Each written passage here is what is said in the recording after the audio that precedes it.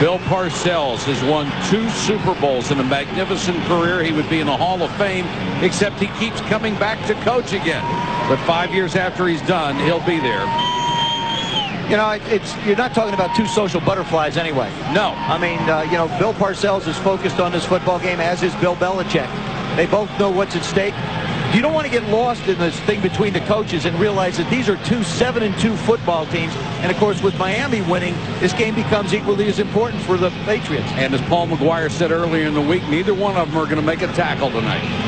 Adam Vinatieri will kick off for New England. Derek Ross and Zuriel Smith are deep to receive. That's Ross, 21, averaging nearly 25 yards a return. All the hype is over with now. Now we can play a football game. It has all the markings of a great one. New England for the first time wearing the new silver jerseys in front of a sellout crowd in Foxborough. And we are underway. Smith on the return, straight up the middle to the 28-yard line. The Cowboys offense has a good run blocking line anchored by 7-time Pro Bowler Larry Allen. He's fighting injuries to stay in the lineup. A big play receiver core, and former Patriot Terry Glenn has the most catches on the club with 33 and the most touchdowns with 5.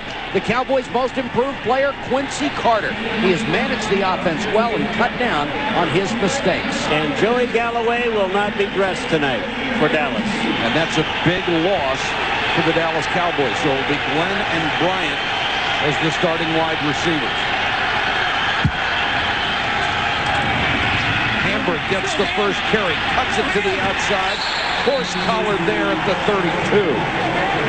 The Pats defense has survived multiple injuries. Richard Seymour, a Pro Bowler, is always around the ball and a terrific inside rusher. In his 13th season, Roman Pfeiffer may be having his most consistent year. 79 tackles, number 2 on the team. And Ty Law has played with a bad ankle all year long and still goes man-to-man with the best. He is a 3-time Pro Bowl pick. 2 tight ends for the Cowboys. Hambrick on the toss. Vrabel got a piece of him, and down he goes near a first down. But, you know, when you have an offensive line as big as the Dallas Cowboys, and you've got guys like Garrod and Young at 320, 325 on the right side, you just toss the ball, and Hambrick is not a small guy either at 235. You get them all going. They want to run the football. You see the carries this year, 314 this season, most in the NFL. Bill Parcells does it for a couple of reasons. Number one, that's his style. Secondly, he wants to protect Quincy Carter a little bit and not put too much of the burden on his shoulders. And as long as you can run the ball and pick up 4 and 5 yards at a time, you might as well just continue on doing it all night long. Plus, the other thing is the likelihood of the mistakes, and that's the one thing that this offensive line has to be careful of, that they don't get in 1st and 15s and 1st and 20s. As long as they keep it manageable, they should be fine. Of course, everybody thinks this is the only way Bill Parcells plays football. When he went to New England, he said, I've got Drew Bledsoe. I'm not crazy. I'm throwing that thing. Put it up almost 700 times in a season. 3rd and inches opening possession for the Cowboys. They bring in an extra blocker, Jamar Martin, number 34. Hambrick will be the tailback. And Quincy Carter spending a long time calling a play. I'll tell you, in my experience in the past, when someone spent a long time calling a play, it's most of the time it's a pass, but I doubt it here. They go to Hambrick. He lowers his shoulders. Seymour has him, but he got the first down. Troy Hambrick last year angered a lot of people when he popped off about playing time behind the legend Emmitt Smith, and Emmitt was none too happy about it. But he did everything he could to teach Troy Hambrick what you have to do to be a successful running back. And when Emmitt went to Phoenix, he said the last thing he told Hambrick, someday there's going to be a 23-year-old come in and try to take your job. Do not turn your back on it. It shows a lot of class from Emmitt Smith, and Troy Hambrick heard those words and has apologized profusely for what happened last year.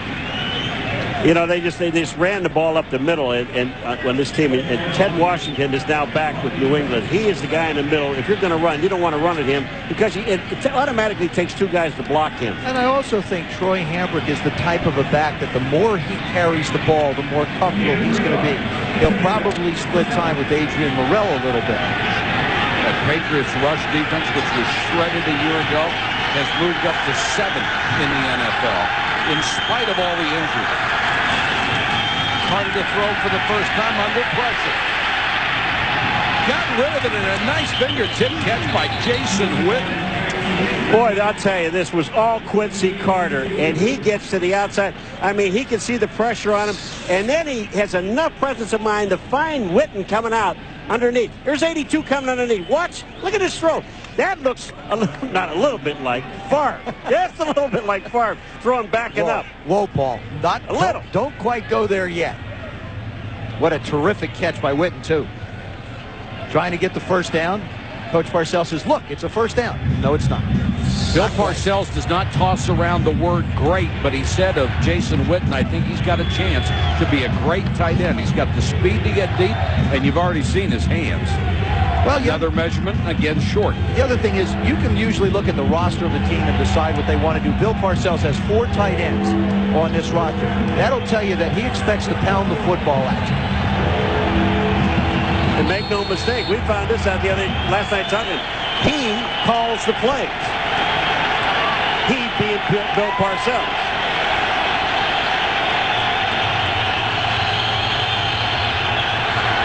Quarterback keeper across midfield in the Patriots territory. Let's check in with Susie. Mike, given Bill Parcells' penchant for being hard on his quarterbacks, it was surprising to hear Quincy Carter say he's enjoying it. He explains his mom was that way, as well as his high school coach. He thrives on it. He gravitates toward it.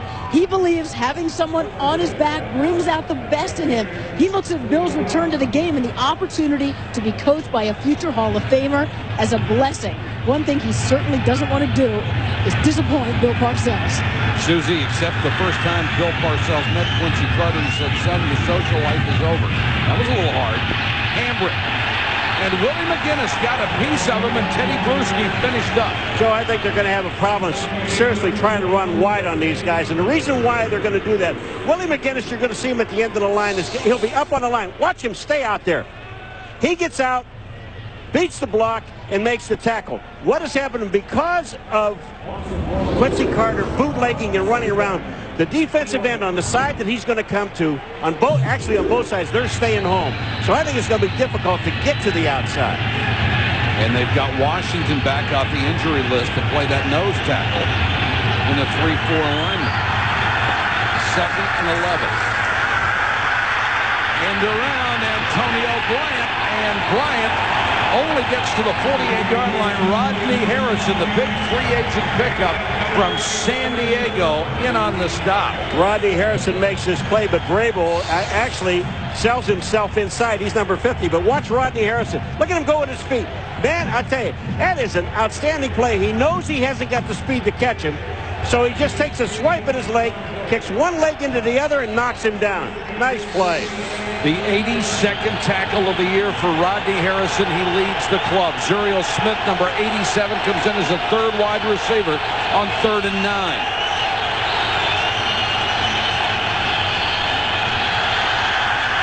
Over the head of Carter. Trying to throw on the run and throws it out of bounds. Yeah, but that was a very smart play by Quincy Carter. That's what I referred to in the open, talking about managing football games. He avoided a very big negative play by trying to make too much. Matt Lear just sends it right over his head, bounces off his finger. But look at the presence. He doesn't rush. He doesn't get excited. He knows he's got athletic ability, and then he just throws it away. Toby Goen, who has done a nice job of kicking the ball inside the 20, will punt. Hasn't had much of a average this year. Kevin Falk on the poor kick says get away from it. There is a marker down as the ball kicks out of bounds near the 20. It should be into the quarterback. Should be running into the kicker. That's all it'll be into the kicker. It'll only be a 5-yard penalty. It should be. And not a first down if it's only 5. Please don't plead your case. You ran into him. No. They were just checking to see what it is. Not 15. It's 5 yard. That was a bump.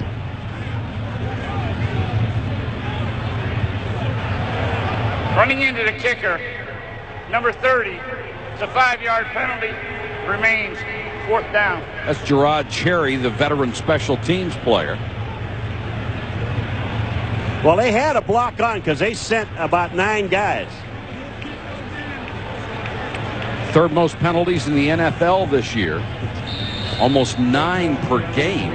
But Bill Belichick has one bugaboo about his football team. It's the amount of penalties. Everything else is correctable. This has just been on all year. Falk waits inside the 10, going, aims it high again.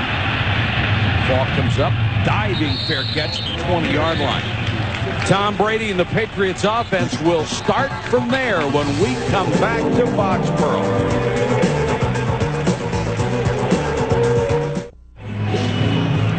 There is nobody in football that makes the adjustments week to week that Bill Belichick does with his defense. Now keep in mind, he's had 2 weeks to prepare for the Dallas Cowboys because the Patriots are coming off a bye. As a matter of fact, this is the 3rd straight team that the Cowboys have played that are coming off a bye. Antoine Smith is the deep man behind Brady, and he'll get the call for a couple up the middle. Up front for New England because of injury, Pro Bowl center Damian Woody has moved to guard. He has been terrific there. David Gibbons had the biggest game of his career in the Pats' last win, 87 yards receiving against Denver, including the game-winning score. And Tom Brady has repeatedly come through in the clutch. He's getting hot, too. 6 touchdown passes, only 1 interception in his last 3 games.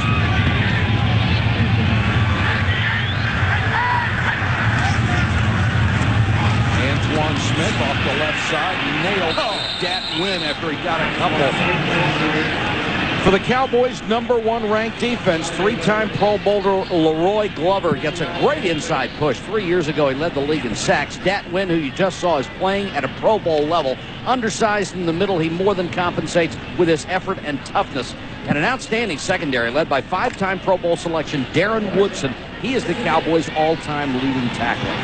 Kevin Falk will check in on 3rd and 6. If the Cowboys hold true to form, they should be blitzing here.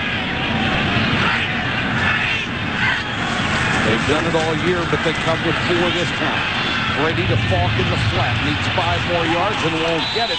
Singleton, the free agent from Tampa Bay, with a sure tackle. That's what happens when you expect a team to blitz and they don't blitz and they put everybody else out in coverage. They only came with 4. And you only have 3 guys out on a route. The other thing is, the one thing that jumped out to me while I studied the film of the Dallas Cowboys defense is everybody on that defense tackles well. Their corners, their safeties, their linebackers.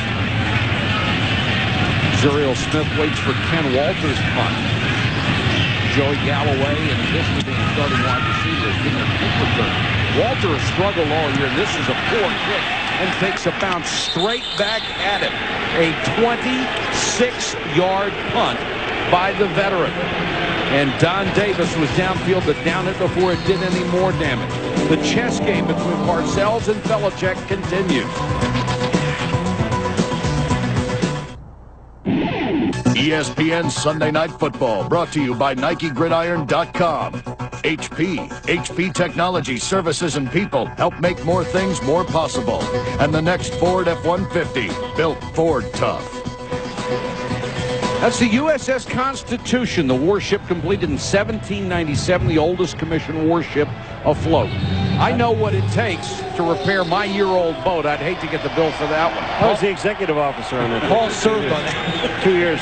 Cowboys true to form on that first drive. Out of 9 plays, they ran the ball 7 times. They'll start this drive with 2 tight ends, Witten and Campbell. Hambrick lowers his shoulder, ran into Seymour, bounced off, and gang tackle at the 48. When you look at the New England Patriots on defense, what they want to do is they're going to take away what they perceive and believe to be the most dangerous aspect of the Dallas Cowboy offense. In this case, I think without Joey Galloway on the field, it's Terry Glenn. And Terry Glenn got a lot of attention in the first series. Now, Parcells really likes to try and throw the football, run the football. Belichick is considered a defensive wizard. They both know each other so well that you find yourself trying to counter what the other guy's thinking and get away from your own normal habits. It doesn't look like Parcells has done that. Neither team has really taken much of a chance yet. Here's Richie Anderson out in the flat. Ty Law had it kick off his chest. Nearly got it the second time, and he was right there if Richie Anderson had made the catch. Bobby Hamilton was right in Quincy Carter's face. Bobby Hamilton, number 91, on the right-hand side of your screen. Here he comes. He's in his face now. Quincy Carter threw that ball a little bit behind. Look at Ty Law. Almost makes the interception. Almost, it's impossible. He hits him in the face, then on the shoulder. Ball's in the air. No chance. As this game goes on, you're going to see Romeo Crennel, the defensive coordinator of the Patriots, start to throw a little bit more at Quincy Carter and make him stop and think and look. 3 wide receivers on 3rd and 8. Seymour from behind, and that one is thrown into the middle of the line. It hit a Patriot incomplete. Now they're going to say it hit one of the Cowboys. It hit an offensive lineman, Michael, and it doesn't make any difference. If it hits an offensive lineman, he's an eligible receiver, and it's a penalty. And they're standing right beside Ryan Young, number 75. He looked like the guy who got it in the back of the head. And he hasn't been playing a little bit, and I know he hasn't been working on his hands while he's been out. Yeah, oh, he had to work on his neck. Tom White, our referee. Illegal touching of the forward pass. Offensive lineman. Pass interference. Defense, number 82. The penalty's all set. Replay 3rd down. Number who? 82. Right, here comes the pressure. First, I didn't see 82, but here comes the pressure right up the middle. They just hold right inside. When they rush the passer, and that's Seymour, Richard Seymour. Look at this. He's there. There's with the ball. Hits him right in the rump.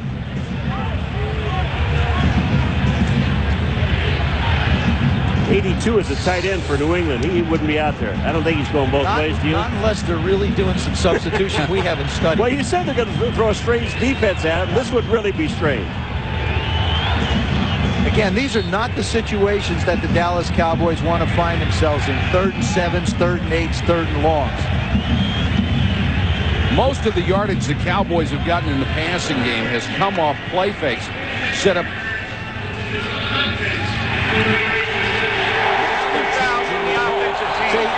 They called it on an offensive player. Jason Witten, number 82. 2 offensive penalties. And that's loss of down. Bill Parcells getting an explanation. So they got the 82 right, but the uniform color was wrong. Well, you know, the Patriots have switched to silver, so they're a little bit closer to the Cowboy blue. Going will punt. And Kevin Falk waits outside his 10. Should quick try to kick it short and just kick it out of bounds and kick it hard. Hey. Falk at the 14. A little seam, took it up to the 24. 10-yard return after a punt of 37. Scoreless first quarter in Foxborough between 2 7-2 teams.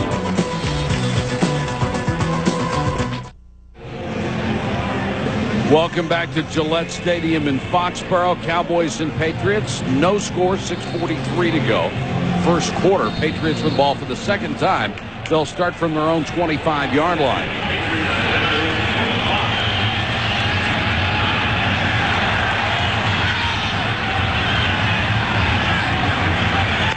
Brady sees the Cowboys come to the line indicating pitch. They do come. Brady steps up and he guns it wide. Intended for Deion Branch, and he couldn't handle it. Bill Parcells and Bill Belichick, longtime associates, out for warm-ups. Parcells looking toward the sideline. Belichick glancing in his direction. Neither acknowledged the other. Could have said, "You want some gum?" He just said no. He just said no. No, ain't gum. They both professed their respect for each other during the week with all the press about their association. Brady with Ellis pressuring him.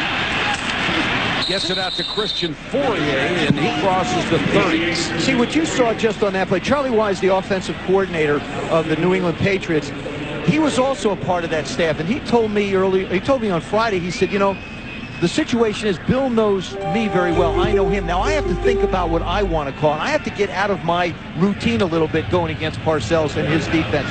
But you see that they're small up front, the Dallas Cowboys are. They need to bring backers and safeties to put pressure on Tom Brady.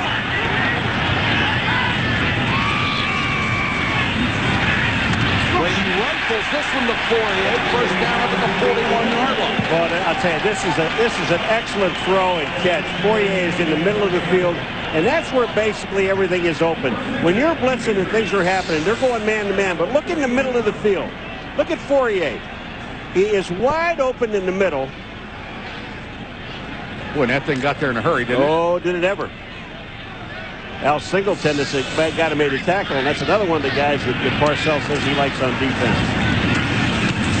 Antoine Smith trying to turn the corner. And that Dallas defense tough to run on wide with so much speed. Every yard the Dallas Cowboy defense gives up is going to be fought for. And New England is not going to do it. You see, they're number one.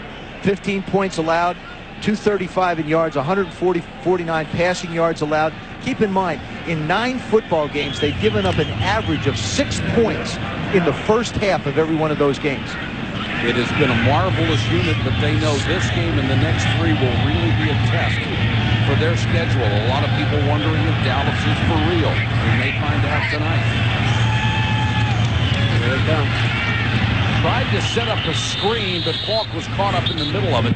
Dallas did a nice job defending. You know what you're seeing more and more of during football games now, and I saw it a few times today, is when you're trying to run a middle screen now, and as soon as the lineman sees that back, not blocking somebody, but sneaking up inside, they grab him. And they don't let him out. And with the Cowboys, because they bring so many blitzes, if you can sneak somebody out, there's going to be very few people to stop him from going to the goal line. So it's almost a risk-reward type of situation. Take the chance, maybe it works. 3rd and 9 for Brady. They need to reach the Dallas 48-yard line for a first down. Here comes the beat. Blitz, they pick it up very well. Brady with a lot of time. Wide open, Deion Branch. You know, and if you blitz and don't get there, you got a problem. Roy Glover told us yesterday, we said, you know, you blitz a lot. He looked us right in the eye and says, when you live by the blitz, you're going to die by the blitz. And here's the situation where they picked up the blitz, and they were all, watch this line of scrimmage. Look where the blue shirts are. This is a 2-man route. Everybody else is blocking. Charlie Wise, what a great call. Sometimes you want to bait defenses into blitzing, and then you just sit back there. When you've got a guy like Tom Brady, and he's at the top of his game like he's been playing, hard to stop. First down, New England. Brady with a play fake. Throws it away. The only guy he had out there was Patrick Pass. You know, when Leroy Glover looked at us yesterday, he told us about live by the blitz and die by the blitz. On that last play, not this one now, the one before that, he was the only guy that was in the backfield. He's the only guy that made it by the line of scrimmage. The rest of the guys were still on the line of scrimmage when that ball was thrown. One of the areas of the New England Patriots that doesn't get talked about, and it's something Bill Belichick, I'm sure, very proud of, is the way their offensive line is played, especially with the rookie Dan Copen playing in the middle. Dallas has been really good in the red zone. The Patriots have not been. This carry will get down to the 5. And keep in mind, this is an offensive line for New England that's missing 2 starters. Mike Compton and Adam Clem were hurt earlier in the year, so they have a rookie. Dan Copen is the center, and Tom Ashworth, who was a 3rd-string guy playing right tackle. The thing you said when we got here last Thursday, Michael, is just that, you know, 40 guys have started for this team. They've had more injuries than anyone else in the National Football League, and 6 of the guys that started were rookies. I mean, it's incredible the job that they have done. 2 tight ends, 2 wide receivers. Brady retreats, throws to the corner of the end zone, and throws it away. 3 ain't bad. In a game like this, 3 might be pretty good. Well, when you've got 2 good defenses, you just don't want to give up opportunities to put points on the board, and that's exactly what Tom Brady did. If he could get outside and threaten the corner, you take the throw. If not, you throw it away. You talk about a guy that Terry, who has hit 75% of his field goals this year, will come on. Tom Brady, after the year he had last year, being the Super Bowl wonder kid and all that struggle last year, has really played consistent football for this team. And he has come through in the clutch. Terry to take the lead, and it's perfect. The big play in this drive, Deion Branch wide open over the middle, and Tom Brady threw a strike for 46 yards to set up the field goal.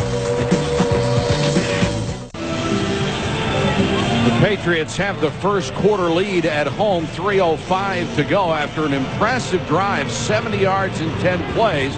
Deion Branch had the big one, a 46-yard gain on the pass from Tom Brady.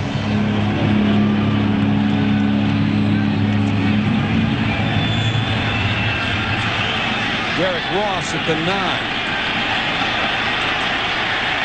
Flag is down as Ross spins to the outside, taken out of bounds at the 30. And now we'll check the marker with referee Tom White. There's 3 flags on the field. Everybody saw the same thing. They all picked them up and threw them into one little pile. You're right. All 3 officials told them the same thing, and I'm imagining it's the same person.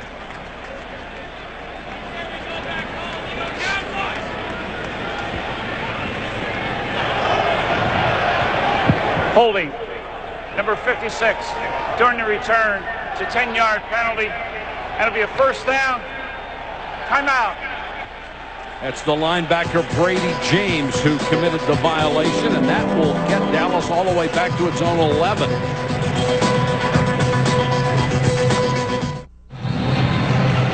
It's Sunday night, and we're in New England, where the Patriots lead the Cowboys 3-0.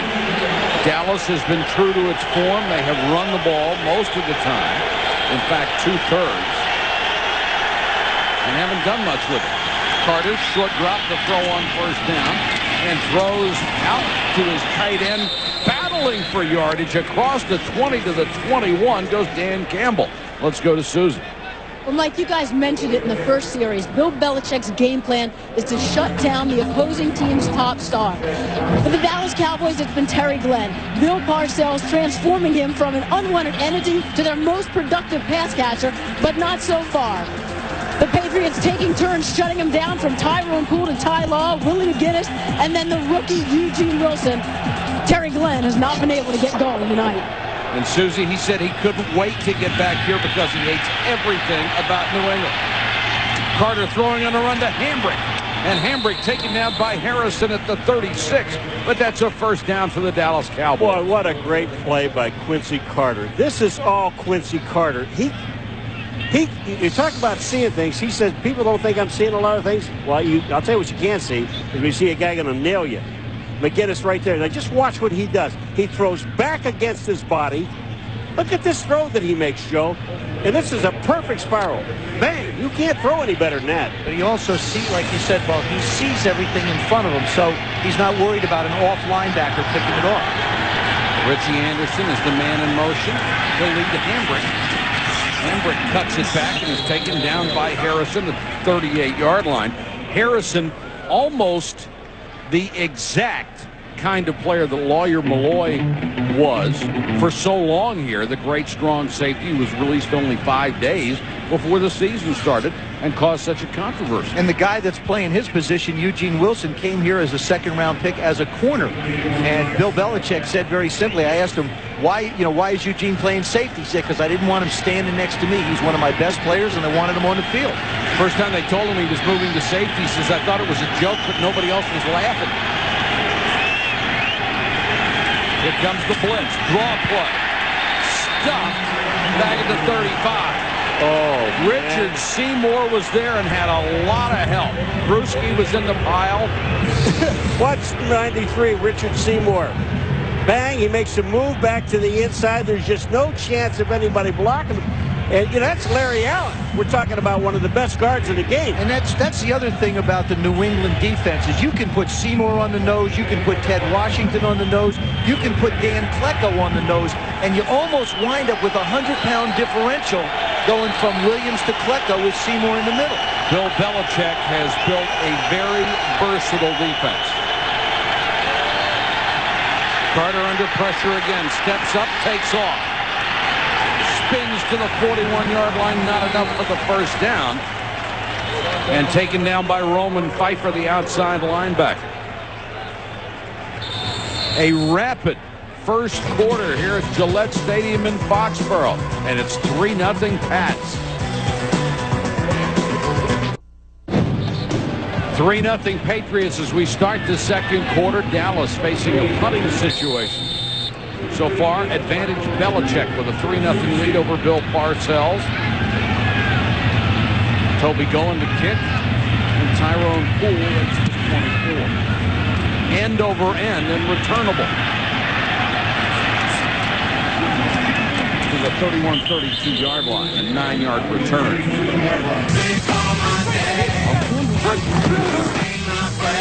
Our Sunday stud question: who's the coach of the year thus far? Bill Belichick, 7-2. John Fox, 8-2 with the Panthers. Marvin Lewis, after they knocked off Kansas City today, is 5-5. Is it Bill Parcells or Dick Vermeil, who suffered the first loss for Kansas City today? You can vote right now by logging on to ESPN.com, and we'll give you the results in the fourth quarter. I think they're tough picks up there. Aren't they ever? They really are. That's 5 really good coaches that have done an outstanding job.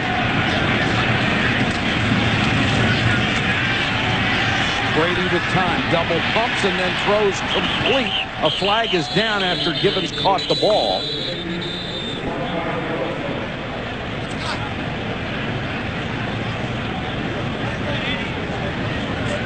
Tell us, Tom.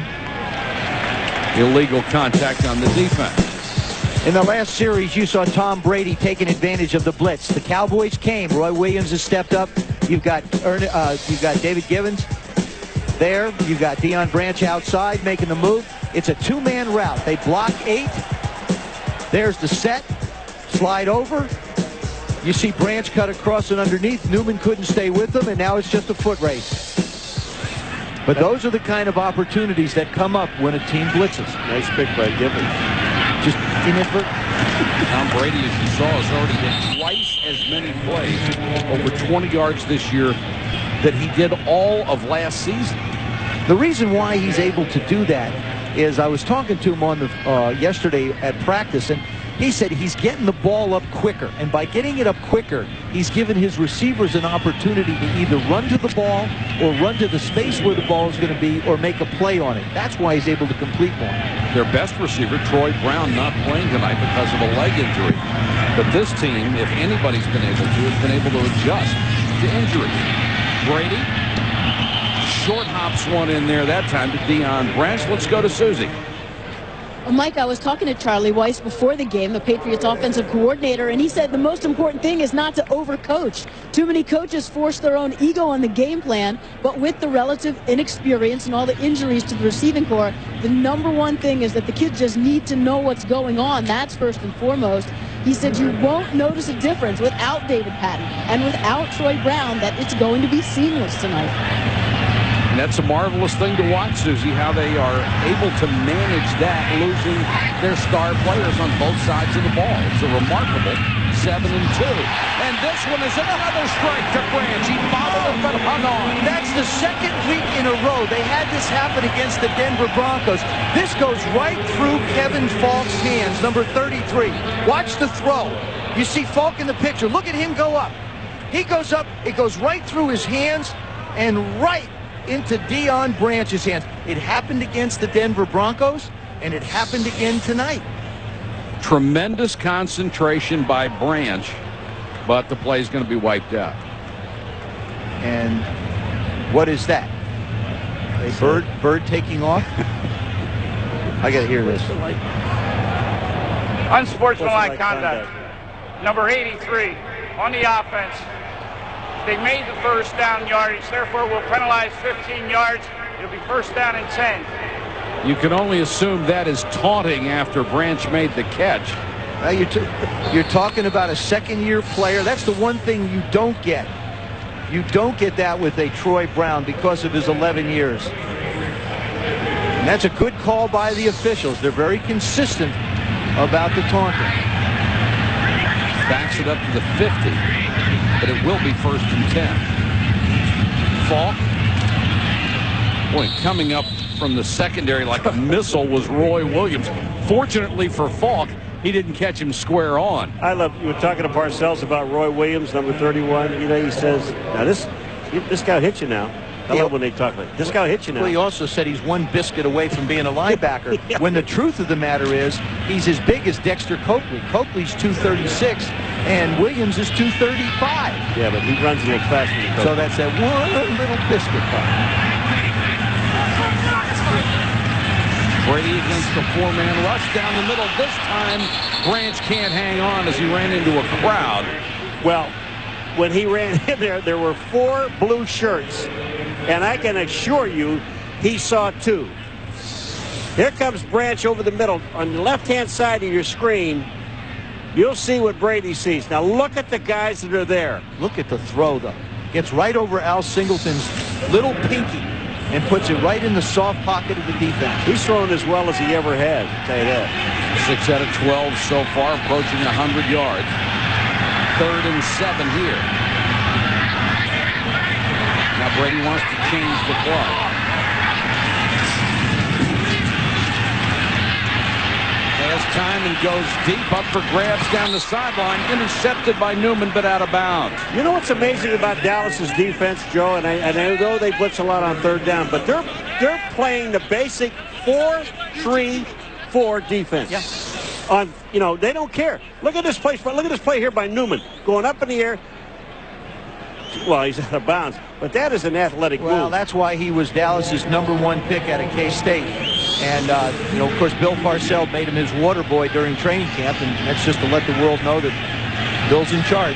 He was the Thorpe Award winner for the best defensive back in the country, and a lot of scouts rated him as the best pick in the draft. Dallas got him #5 overall. Zuriel Smith back for the punt, backs away from it, and it takes a nice New England bounce. It'll be down inside the 10-yard line. A punt of 41, touched by Matt Chatham. 12:19 to go in the first half. A strategic defensive battle so far.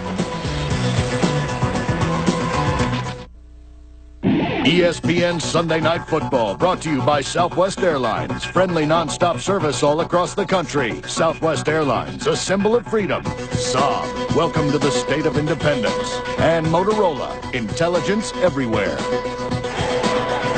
Back at this beautiful stadium, Robert Kraft, the owner, spent $325 million of his own money on this complex. Said it was tougher getting this built than it was winning a Super Bowl. Now he's done both.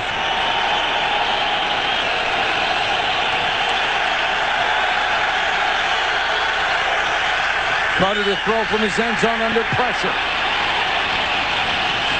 Still looking, and throws complete to Bryant up at the 13-yard line. This is something that Quincy Carter has done through the first part of this ballgame. He's been moving around in the pocket. There he feels the pressure from Vrabel. Manages to get it out to Jason Witten. Now feels pressure from Willie McGinnis. Slides over, finds Troy Hambrick. Now if you can't find anybody open and you're still getting pressure from Willie McGinnis, tuck it away and run. Now, there he is in the pocket and out of the pocket. And I think this really helps him. He's a better pocket passer than he is outside scrambling around. But what he's doing, and that's why his percentage is so low outside the pocket, is he's throwing the ball away. And that's smart. 2nd and 5. Back to the ground game with Hambrick. Tries to turn it left and then dives forward up past the 17-yard line. For more on Quincy, here's Susie. Mike, the big question about Quincy Carter from this point on in the season is his staying power. Because up till this point, he's never started more than 8 NFL games. This will be his 10th. Bill Parcells talked to him about that this week, that the most important part of the season for him will be November and December. But Quincy is confident that he can last because he is living and breathing football. He's taking care of his body, he's eating right, and he is studying more than he ever thought he had to. And Susie, Richie Anderson was one of the guys that said Quincy is the first guy at the complex to study film. He is the last guy to leave. And that wasn't necessarily the same case under Dave Campo when he was the head coach. Yeah, but Bill Parcells still doesn't know about Quincy Carter because he hasn't really gone through a tough time yet. He hasn't thrown a bunch of interceptions. He hasn't lost 3 or 4 ball games. He hasn't had the media all over his rear end. He hasn't had teammates looking out of one eye at him and saying, how you going to do? So he's still growing, and with a little luck, he doesn't have it for quite a while. But it's down the road coming. 3rd and inches for Dallas.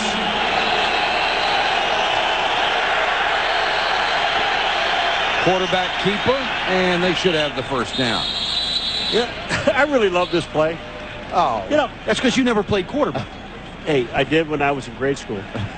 Yeah, the reason I like this play is because there's no other handoff. You don't have to go all the way back to the guy in the backfield. Right. You don't. The defensive line can't blow you up. Watch what Quincy Carter does. He stops for a second, lets the center make his block, and then just slides in the hole. All they need is, what, about 8 inches? And that's the biggest key, is you've got to allow the line to make a block so you can find a crease. I used to get knocked backwards all the time.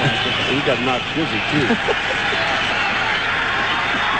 Yeah, too tall Jones and Harvey Martin hit him too many times. Carter out in the flat to Richie Anderson, who's always been a tremendous pass receiver out of the backfield. And when you see coaches go to a different franchise like Bill Parcells has moved, all the time they go back to their past, and Richie Anderson played for Bill Parcells with the Jets. He knows what he's going to get out of Richie Anderson. He fills a specific need, and he brings him to Dallas. Yeah, sitting next to him last night, I'm looking at his hands.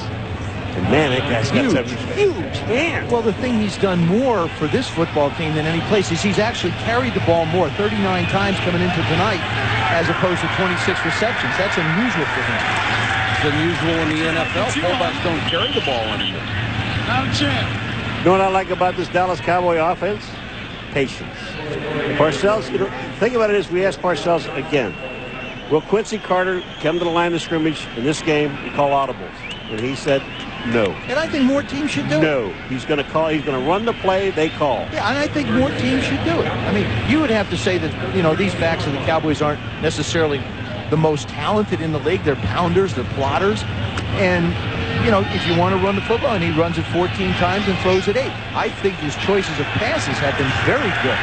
1st and 10, 2nd and short, throw the ball.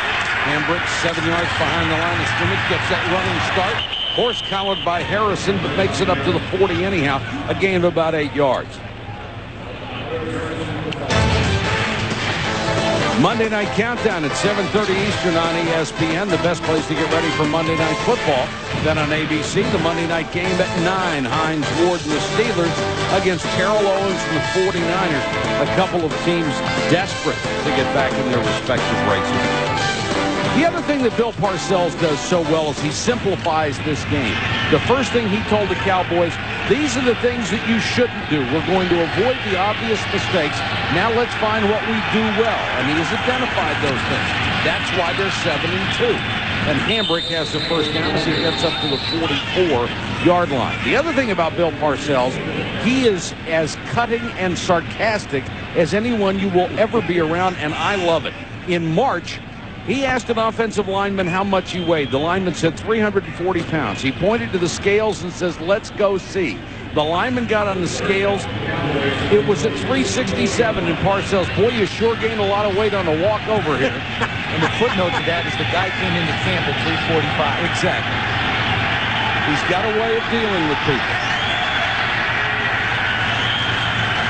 Play action by Carter. Pretty good protection. Launches it down the middle. Bryant got his hands on it, couldn't hold it. And good coverage by Ty Law. Boy, Ty Law, you think he can't run? You say he has a bad ankle? I don't think so. If you don't want to play in this game, this kind of game, then you don't want to play football. Ty Law is just absolutely the perfect coverage. Antonio Bryant, it looked like he has touchdown. Watch Ty Law come in, bang, knock the ball away. Boy, is that timing and that speed. Keep in mind, Antonio Bryant is starting tonight because Joey Galloway's got the ham, and Zuriel Smith is returning punts because Joey Galloway usually does that as well. Ty Law is still one of the best. Carter with time had the double clutch, goes to Richie Anderson. He's across midfield in the New England territory at the 49, 3 yards shy of a first down. Ted Johnson, who's just coming back off the injured list, another one, and Roman Pfeiffer were in on the stop. Up until that last first down when they threw the ball downfield and almost had a completion, Joe, the first 3 first downs, they got 5 yards, 9 yards, 8 yards on first down. And that's exactly what Bill Parcells has to have to sort of protect Quincy a little bit. But remember, this drive started on their own 6. This is, their 8. This is a very impressive drive, even if it doesn't go any further from here. 3rd and 3.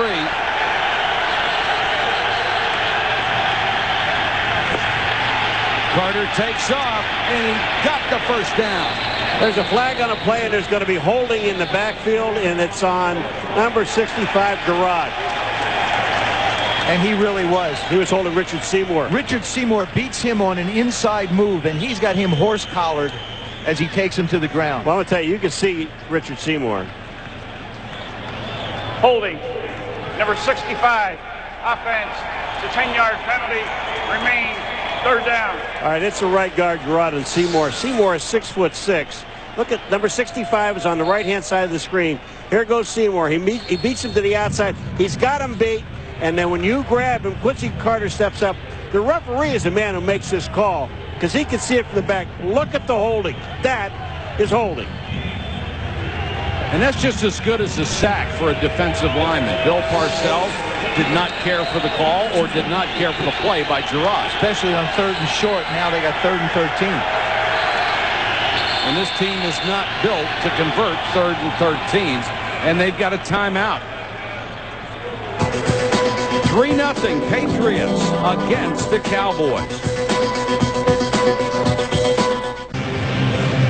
So far, the Patriots tossing a shutout at Bill Parcells and the Dallas Cowboys, and Dallas will be facing a 3rd and 13. Big thing here, 3rd and 3 or less, they convert all 3 of them. The other 3 they've had after 4 yards, they've not been able to get the first down. This offense isn't built for that yet. Carter goes to the shotgun. Pressure coming. And throws complete to the 39-yard line. A bullet to Bryant. How good is this? How good is this? This young man steps up. He reads the blitz coming to his outside. You saw what happened when they didn't convert, but look at the time he has. And look at how smart he is. Now, this is a kid that everybody considers a running quarterback, but he knows he's not going to be able to pick up 13 yards. He held the ball 5 seconds. Defensive backs cannot cover anybody for 5 seconds. And then Bryant makes an excellent catch on the ball. 7 out of 11 so far for Quincy Carter. Back to the ground with Hambrick. And Hambrick hit immediately by the left end, Bobby Hamilton. As Quincy Carter talked about, the first big game he played in was a few weeks ago when they were 5-1, went and played Tampa Bay. That didn't go too well. He said it didn't go well, but he learned from there. He said, this is the next big test for me. I learned a lot in the Tampa game. He says it's important we get off to a good start early, and you can see his confidence continue to grow in the comfort level that he's having both in the pocket and running this offense. Well, after this game, they face Carolina, Miami, and Philadelphia, so the tests are going to come in rapid succession. Carter airs this one out. Overthrown for Bryant, covered step for step by Tyrone Poole, who was another big free agent acquisition from Denver this year. Well, I'll tell you, this offensive line at Dallas, and they are just doing the job at the point of attack. And then you're talking about Poole covering on the outside. Watch this, Brian. This is just step for step. That ball had to be, I don't know where he could have put it to catch it, because Poole had him to the inside. He could have walked over and handed to him when it was all over. when Tyrone wasn't around to throw it to him at all. Originally a first-round draft choice of the Carolina Panthers. Another big 3rd down for Quincy Carter. Again, flushed out of the pocket. There's a flag down. He throws incomplete. That was intended for Zuriel Smith.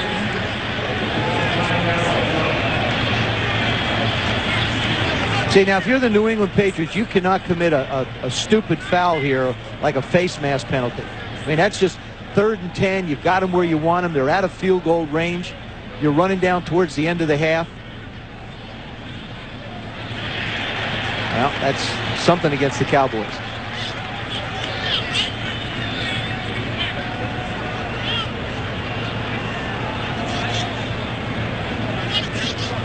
Here's Tom White with the explanation. We have 2 fouls on the play. Illegal use of the hands to the head, number 76 on Dallas. Illegal use of the hands to the head, number 73 on Dallas. Both penalties are declined. 4th down. That's both guys on the left-hand side. Flozell Adams, 76. Larry Allen, 73. They must learn that technique together. Well, you know, that's the second time they've had double penalties on their offense. Yeah, but the same penalty against the guys standing next to each other. And did you see the shot of Bill Belichick? He said, "Who said we declined it?" That's right. He might take it. Because right now you're looking at maybe a 60-yard field goal attempt by Cundiff. Now remember, he's hit 3 out of 4. Or going for it. Excuse me, 54 During yards. the announcement, New England has changed their mind and intended to accept the illegal use of the hands. Number 73 is declined. Number 76 is accepted. 3rd down, 10-yard penalty. Let me say this. I don't necessarily think that Tom White said it correctly. New England doesn't get a chance to change their mind. Well, they never accepted or declined before. Thank you. And I think that's what should have been reported by the officials, that no decision had been made. Now they get the penalty. You don't change your mind. Let's just say yes or no. Mr. Know-It-All, tell me why Larry didn't get called and they chose Flozell. Because Flozell was a little bit further behind. So Larry's been to 7 Pro Bowls. Larry's much bigger than all of us. The old guru.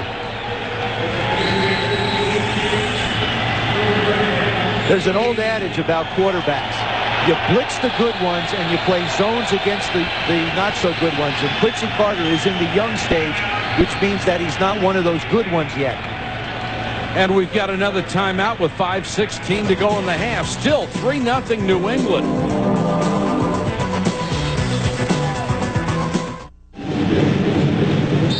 The Cowboys, as usual, controlling the time of possession because of the way they run the ball. So far, it has not paid off in any points for them. And they face another 3rd and long here, in spite of the disparity in time.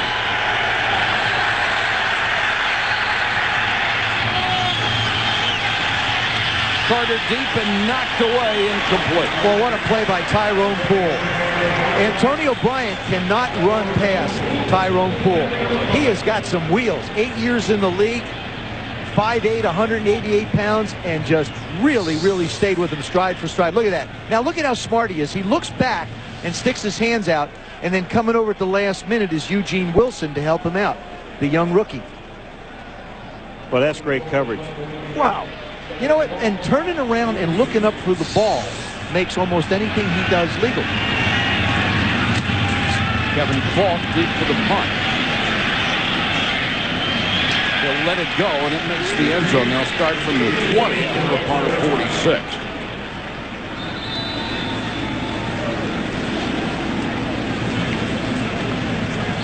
A game of field position and 1 field goal so far. 3-0 New England. Pat's defensive unit gets a break on the sideline. They have held Dallas scoreless here in the first half as their offense will take over at the 20. Keep in mind, this Cowboy defense has held every opponent they've played to just 6 points in the first half of games. So far, they've got New England at 3.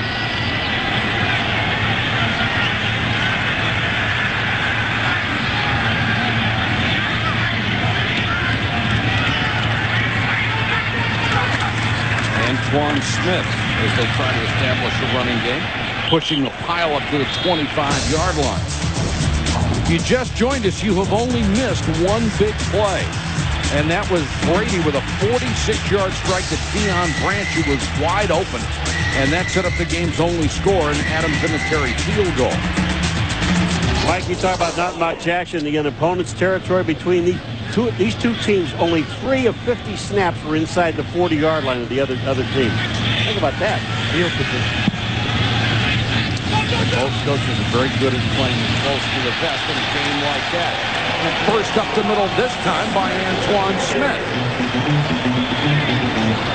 Well, at that time, Darren Woodson comes right up the middle and doesn't get the play that they're looking for. Normally when they blitz, the Cowboys will blitz for 2 reasons. One, to put pressure on the quarterback, the other to stop the run. That time, Antoine Smith did a really nice job of avoiding the contact. Givens is the single wideout to the top of your screen. Smith will carry. And again, breaking tackles and dragging people out to the 38-yard line. And what New England's doing now is Brady's been throwing the ball pretty well. But they're able to run the ball. On first down, they're picking up between 4 and 6 yards. On this play here, they picked up 4. They keep themselves moving the chains, and that's all they really need to do. Not only that, but they're keeping the Dallas Cowboy defense on the field. That last drive by the Cowboy offense was 7.5 minutes. They're not big, so they're small. You want to wear them down a little bit. That's what New England's trying to do. 2nd and 6.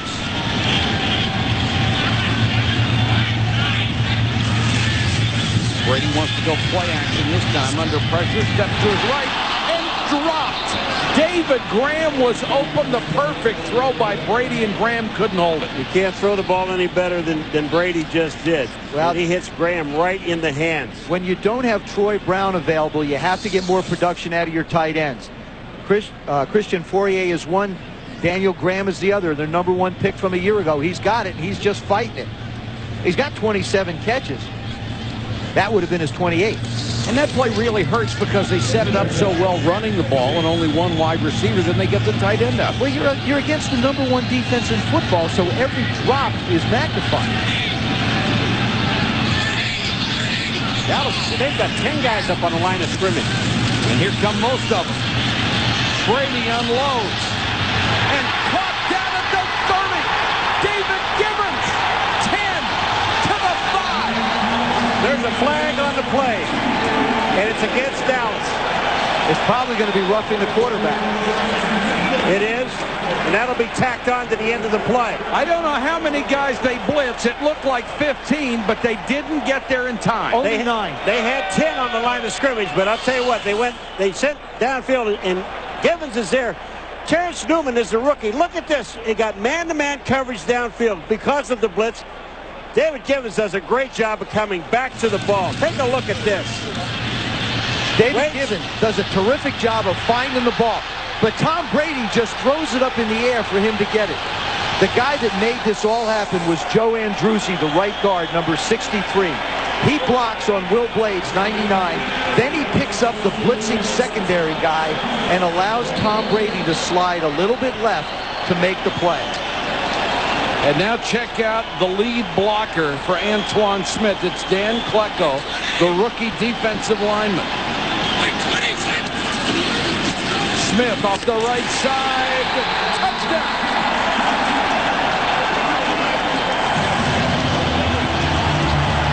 You know, when you said Dan Klecko in the backfield, I mean, you talk about getting off on the snap. He looked like a back. You know, most big guys in defense. What's number 90? Look how fast he gets into the hole. Antoine Smith's no dummy. I just follow him right on in. Klecko has played, in addition to fullback, defensive end, nose tackle, and linebacker this year. And Antoine Smith gets the first touchdown of the game. Both scores set up by big pass plays from Tom Brady. And that's what he's done all year long. Vinatieri for the point after it. It's blocked.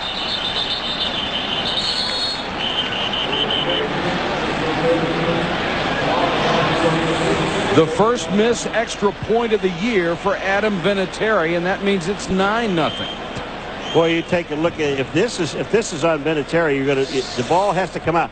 Here, the hold is there. The ball is set down perfectly. He hits the ground before, but look at the guys up in the air. Number 76, is that Flozell Adams? It is. Yeah, when you hit a guy in the armpit, it's not high. That's not high. But Tom Brady, we said he'd have opportunities for big plays. He had one to Deion Branch. Now look at the guy in the middle. Right there. You're going to see David Gibbons just take off and run right up the field. They do a terrific job of blocking. All he does is run. Tom Brady does an excellent job of just hanging the ball up.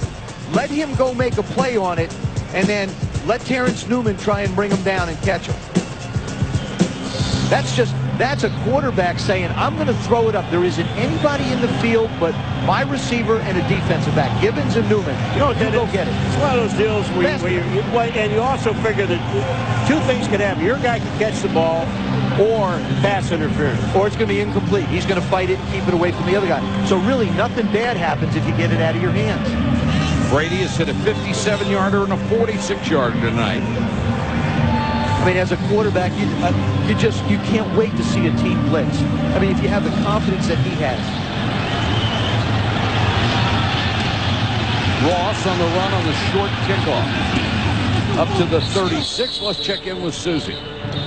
Well, Michael Irvin played for the Cowboys for 12 years. You've seen Jerry Jones interact with a lot of head coaches. What's the difference these days at Valley Ranch? Well, you know, the greatest thing when you hear Jerry talk about the possibility of the Cowboys going to the playoffs. As a matter of fact, you don't hear him talking about it.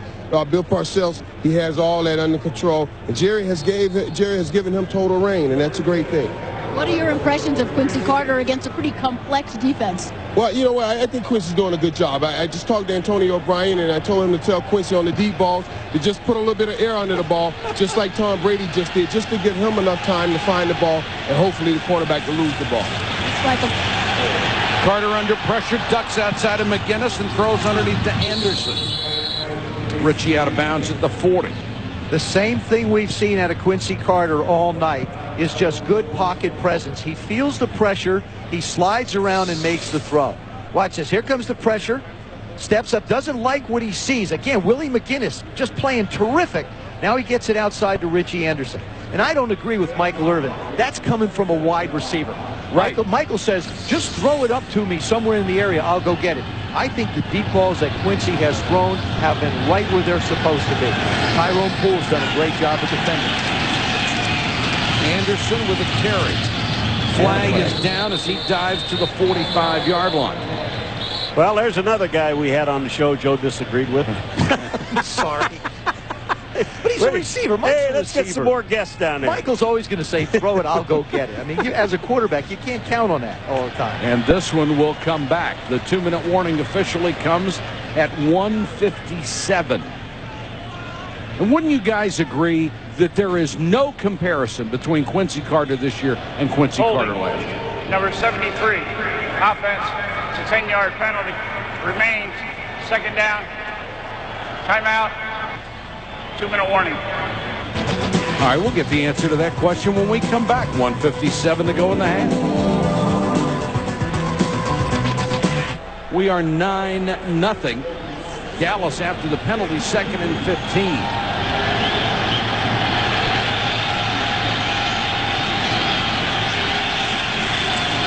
Three-man rush against Carter. So he goes underneath to Hambrick, who wisely gets out of bounds to the 34. And that's what they're going to let Quincy Carter do. They're going to let him throw the ball out. They rush 3, drop 8. As I said before, when you've got a young quarterback or one that you don't think is that good, you don't put pressure on him and blitz him because you don't want him to make that one big play against you. But when Quincy reads 3-man rush with that big offensive line he has, he's got to know in his mind that he's got more time than he really thinks. There you are talking like a quarterback again. It doesn't quite work that way. Yeah, it does. 3rd and 13.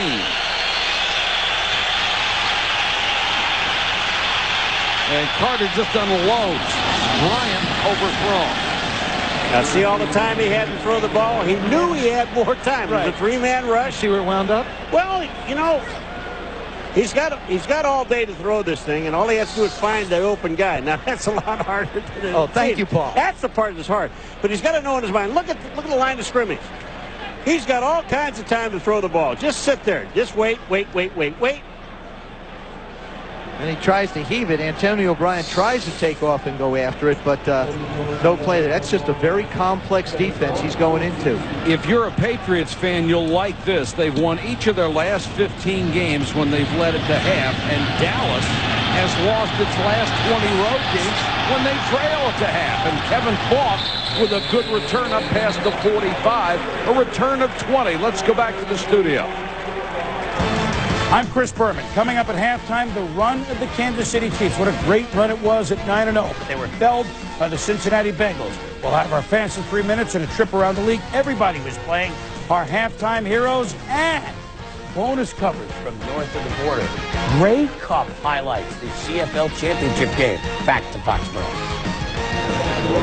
All right, Boomer, thanks very much. 1:31 to go in this one. New England would like to tack some more points onto their 9-0 lead with 1:31 on the clock and 2 timeouts at their disposal.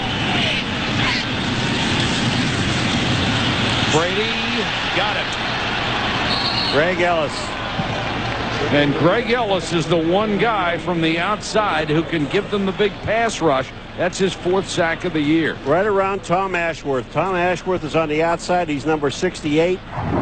And Ray Ellis just beats him right to the quarterback. They didn't even slow him down.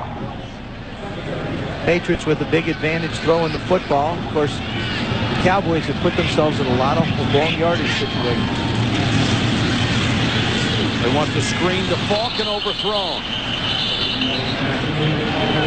That sack was very big because going in at halftime down 9 versus 16, obviously there's a point differential, but when you're the Dallas Cowboys on offense, you just don't think you can score 16 points, to be honest with you. Arias just goes hard around the outside on Ashmore, like you say, Paulo. And, I mean, Tom Brady has no chance to even get rid of the football to avoid the sack. And Dallas, they still have 2 timeouts, so they can take a timeout here, get the ball back, and still have some time to maybe do something. 3rd and 16 for New England. Oh, no, now you're offside. Looked like Obagu jumped offside. Free play for Brady. Can't do anything with it. And the ball comes out after he's down. Well, you know, you don't have a whole lot of back. Yeah, you don't have a whole lot of time, but you would have been able to get the ball back, and Obagu just goes offside. 3rd down and 10, you have a lot more plays to choose from on the play sheet that Charlie Wise has, as opposed to 3rd and 15. Defense, number 92. The 5-yard penalty remains. 3rd down. Well, Tom White said number 92, but it was number 90 Obagu. Where do they get these numbers? They don't even have a 92. I don't either. Talking to Bill Belichick on Friday, he said something that jumped out. He said, don't let the Dallas Cowboys play the game the way they want to.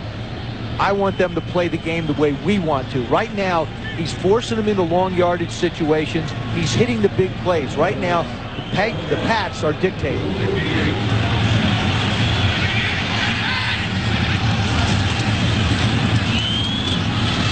Falk to about the 43. Dallas is taking a timeout. They want him to punt. Really? And they'll stop the clock with 42 seconds to go. Good so one. Dallas will have a chance to get the ball back. 9-0. Belichick and Parcells together for a long time. 3 different teams, head coach and assistant. 81-90 with the Giants, 2 Super Bowl wins. 96 with the Patriots, AFC champions. 97-99 with the Jets. They won a 98 division title. And when Bill Parcells went to the front office of the New York Jets, he handpicked Bill Belichick as his successor. That lasted 1 day. And Belichick then took the job at New England. I know. Notice when you talk to Belichick, to Parcells, whose Joe is deathly afraid of. But anyway, scared. But when you talk to him and you give him a compliment, he says, I don't necessarily think that's so. You know, he never really builds these guys. He does. Deflects everything. Zuriel Smith deep to receive. Signals fair catch. Backs away at the last moment. That was very close to getting in the way of that football. Clock stops with 30 seconds to go in the half. Let's go to Susie. Well, Mike, both head coaches could be considered coach of the year, but it's interesting to note the history that has made Bill Belichick as successful as he is. 29 years as an NFL coach. He said in his first 5 years, he worked with 5 different head coaches, 4 different coordinators, about 50 different assistants. It was like having 4 graduate courses in football. He lived it day and night. But what was interesting was, the question posed to him was, who influenced you throughout all those years? He never did mention Bill Parcells, and we know how many years they spent together. Which pretty much sums up the press coverage of these two leading up to this game. They said some reverential things about each other. That was about it. Vrabel almost had the sack. Then Carter takes off and slides in at the 28-yard line. I have been so impressed by Quincy Carter. Mike, you made the point earlier. This young man doesn't even resemble the Quincy Carter we saw play a year ago with the Dallas Cowboys. He's so much more mature, so much more poised. He is tremendously aware of his surroundings. This one's out in the flat to Anderson. He'll get out of bounds and have a first down up at the 33-yard line. And he was really kind of offended yesterday. There's kind of a hint that he doesn't see down the field. He says, there are some things I still don't see, but people are not giving me credit for what I've learned. And you know, when Richie Anderson was talking about him going in early, studying, His whole life is now dedicated to playing quarterback, and Parcells is the guy that did that. The other thing is that he also mentioned, Paul, along those lines, is everybody thinks that they cut the offense back because he can't handle it. This offense is not cut back. This is just like everybody else runs in the league. Well, he says there's some quarterbacks in this league that do only have to read half of the field to make it easier for them, but I'm not one of them. I read the whole thing, and you can believe him the way we have seen him play, as particularly tonight. And this was a guy who lost his job last year to Chad Hutchinson. Well, Maurice Carthon really kind of helped him too, had Quincy Carter, because Bill Parcells has a tendency to look at a guy and give you the nasty look and yell at you and say some things. And what Maurice Carthon said to Quincy Carter was, just get the message. Don't look at the way he delivers it. Just get what's in the message, because there is something he's trying to say. And standing his right was Sean Payton, who joined him after a stint with the Giants. You see his coordinator. Sean basically handles the passing aspect of it, and Maurice Carthon, the offensive coordinator with the title, and was really the first hire for Bill Parcells, handles the running aspect of their offense. Here's a very interesting defense. Patriots had 3 guys near the line of scrimmage. The rest of them are spread out between the 30 and the goal line. This is where you throw in that big old lateral play. This looks like a kickoff return. Guys closer to the line of scrimmage on kickoffs. Now there are guys wide open, only 10 yards down the field. And here's one of them on a little screen. Got to go all the way to the end zone with Richie Anderson to make this one work. He's down to the 30. There's a flag on the play, and there's more than one flag, and it cannot end on a defensive penalty. It's the half I'm talking about.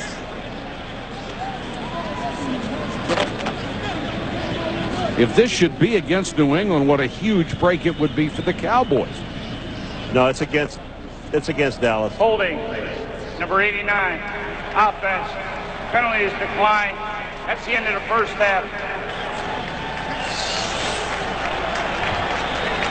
Hey, you see all these guys? The Cowboys as we get ready to start the third quarter. It's like 4th of July here. We've seen some fireworks in this game. A couple of big plays out of New England.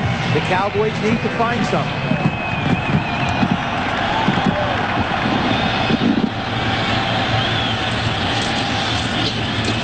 Short kick taken back to the 34-yard line. All right, Dallas, we have emphasized, is a team that does not play from behind very well. They're not built that way. They're played to run, get ahead, and win that way. Well, right now they're behind 9-0. What do you do if you're the Dallas Cowboys? I think you should play the defenses you've been playing, and I like the way they came out. They ran the football. They're doing very well.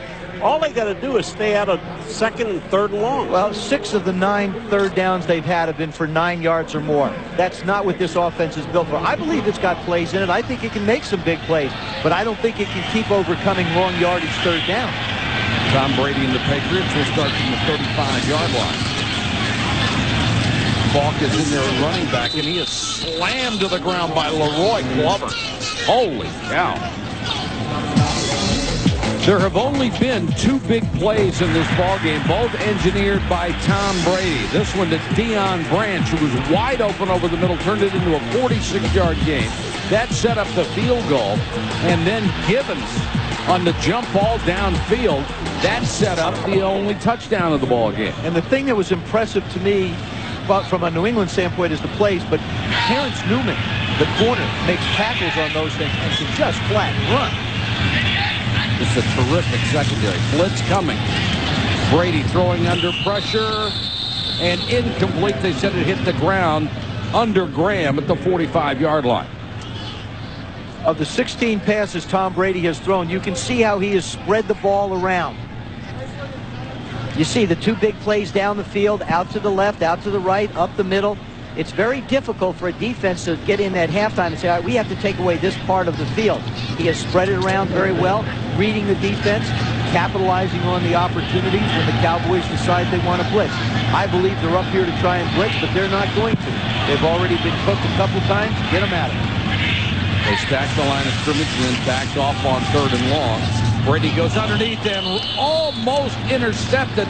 That would have been an easy touchdown right in the hands of Tony Dixon, and he couldn't hold it. He was trying to hit Kevin Falk, and he threw that. I mean, he really rifled that ball. if Falk would have gotten his hands up, he would never be able to catch it anyway. Well, Dixon couldn't. You can't stop. If you're a running back or a wide receiver, you can't start somewhere and stop and have the quarterback think you're going to keep going. Walter will have to punt to Zuriel Smith. This low line drive returnable kick. Smith from the 24. And just brought down around the ankles as he got to the 33. A 41-yard kick, an 8-yard return, and Larry Izzo, who has been a special teams star for 2 franchises, made the stop. ESPN Sunday Night Football, brought to you by Southwest Airlines. Friendly nonstop service all across the country. Southwest Airlines, a symbol of freedom. And Mazda, there's a soul of a sports car in everything we make. The historic town of Foxborough, Massachusetts. Now, Bill Parcells told us yesterday Bill Belichick will take away their biggest weapon first. Well, Terry Glenn has not caught a pass, and that's their biggest weapon. Dallas starts at its own 32. Hambrick to the 36. You know, it just seems like don't make a mistake. Whatever you do, don't make a mistake. That's exactly what it is. Remember the first thing Bill Parcells said? You can't beat yourself. That's the only. If you beat yourself first, you never have a chance to win. So the first thing we will do is not beat ourselves, and then we'll find a way to win. And in the 2 losses the Patriots have had this year, to Buffalo in the opener and Washington a little later on here, that's exactly what they did. Just gave it away. Brady had 7 interceptions in those 2 games. Carter play action. McGinnis can't get it. And Quincy Carter throws a strike to Bryant right through his hand. Let's go to Susie. Well, this game is so much about relationships. Patriots owner Robert Kraft is good friends with Cowboys owner Jerry Jones. When you both had the same head coach, what kind of stories do you share over dinner last night?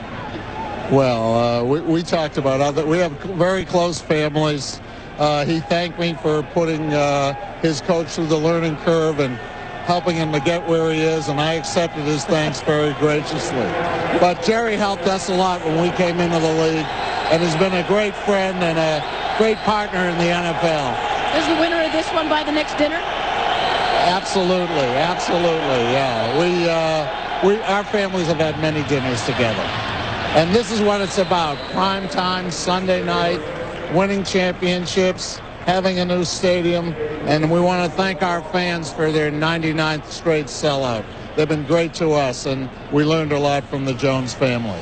You guys are both so TV savvy. Can you have fun with all of the storylines going into this game, particularly about the coaches? That's what it's about, and the passionate on a Sunday night when these people have to go to work and all the fans viewing here throughout the country, we're going to get you double-digit ratings. And that's what you want. It's great. And both coaches are great for this game. You know TV. Thanks. Okay. Thank you. Thank you, Bob. Dallas, 4th and inches. They will punt it away. Kevin Falk signals fair catch and makes it at the 25. A 33-yard punt and no return. New England leads by 9.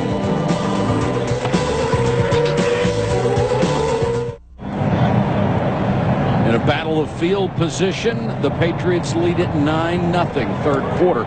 They take over at their own 26-yard line. And in a battle of time of possession in the first half, the Cowboys had the ball 18 minutes, 30 seconds. New England 11:30. That is not what the New England Patriots want to do. They want to keep that Dallas defense out on the field a lot more than they did in the first half and try and tire them up. Tire them down. But it doesn't make any difference if you're not scoring. I mean, time of possession doesn't mean a thing. That number 9 up there, 0, that means something. Thank you, Professor. Just trying to help you out with time of possession. You come up with some gems. Everybody makes a big deal out of time of possession. If you don't do anything with it, what good is it? No, it's true. For example, last week we had when we did the St. Louis Rams. Interesting team. You got St. Louis and Baltimore. Which one would you think would have more time of possession? You think the Ravens would? They did. It was like 35 minutes for St. Louis. That's exactly what Bill Parcells wants. He wants to see his team maintain this and then get something out of it. You saw the numbers moments ago on Tom Brady, 7 out of 18 in this game. Dallas allowing a league low 49% for opposing quarterbacks. Their pass defense has been sensational. The run defense isn't bad either. No, it isn't. Giving up 85 yards rushing. Number 1 overall in the NFL. Antoine Smith pounds his way across the 30-yard line. There's Darren Woodson in on the play. Now, there's a guy, boy, talking to him, this is a guy who has newfound life. He's so sick and tired of losing. 3 5-11 seasons. 2 before that weren't good. And when he found out that Bill Parcells might be his coach, he said he was ecstatic to know that someone of that caliber would be coming and hopefully coaching the Cowboys. And he's pretty happy about the other guys they put in the secondary, too.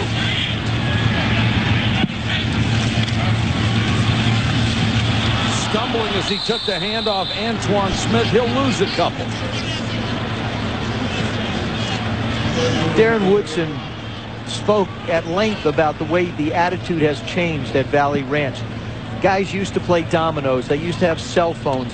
He said now at lunchtime, when you walk through it around lunch, there's hardly anybody there. It's like a ghost town was the word he used, because all the players are in looking at film and studying film. And that's really all Bill Parcells asked. He says, I want you to be diligent, I want you to be tough, and I want you to make mistakes. And usually Bill Parcells finds a guy to yell at. Darren Woodson said, it was me.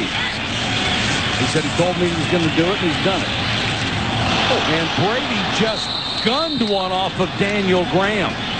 It's like he didn't get hurt by that. Actually, that ball hit Ebenezer Ecubon. It did. It was tipped. Just to the left here, take a look at Ebenezer Ecubon. He hits hits Graham in the head. It's a header. It's no good. It's like a soccer game.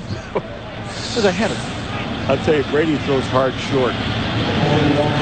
Now New England will have the punt. Zuriel Smith waiting back in his 30. And down at the 30. A loss of 1 and a solid tackle by Chris Akins, who got there just about the same time the ball did. Timeout. New England continues to throw a shutout at the Cowboys.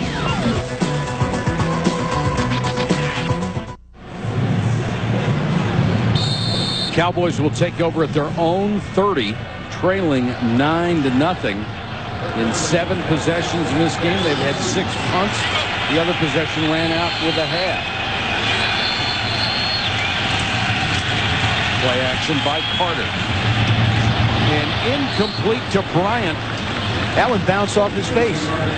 I mean, Antonio Bryant has had 2 balls go through his hands. The last series had 1 slip through. Now this one again bounces right off his chest.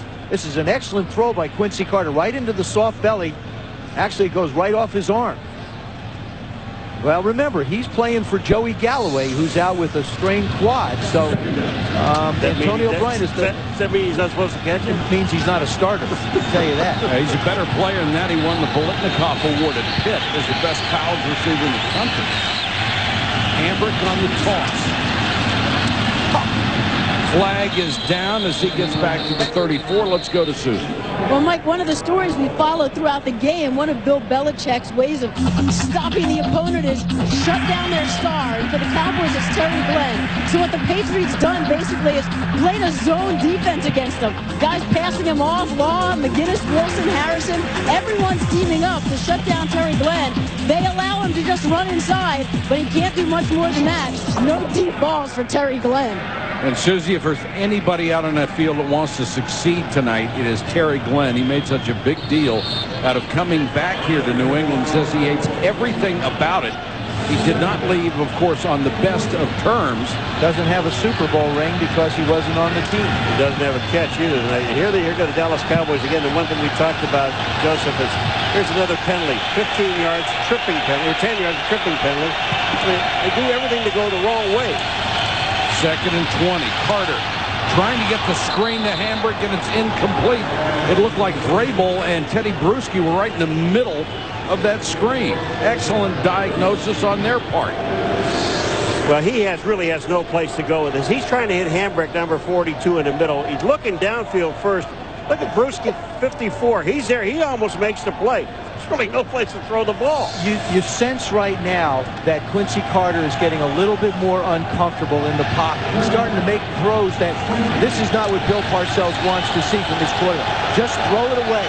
He can't be the reason this thing comes apart if it does. And remember, Bill Belichick had 2 weeks to work on his defense for this game. 3rd and a mile for Carter.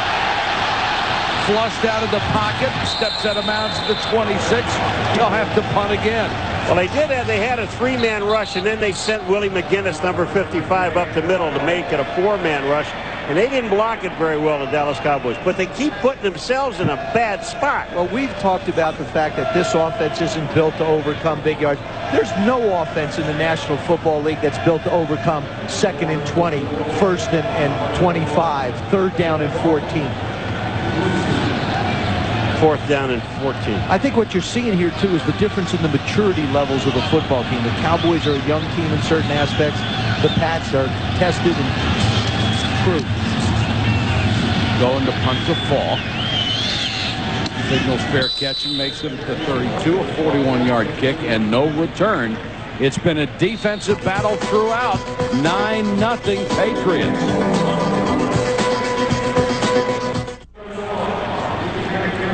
You like defense, you like this one. 9-0 New England. A touchdown, a missed extra point. It was blocked. Then a field goal. They lead 9-0, take over at their own 33-yard line here in the 3rd quarter. Cowboys only a play away from getting back in.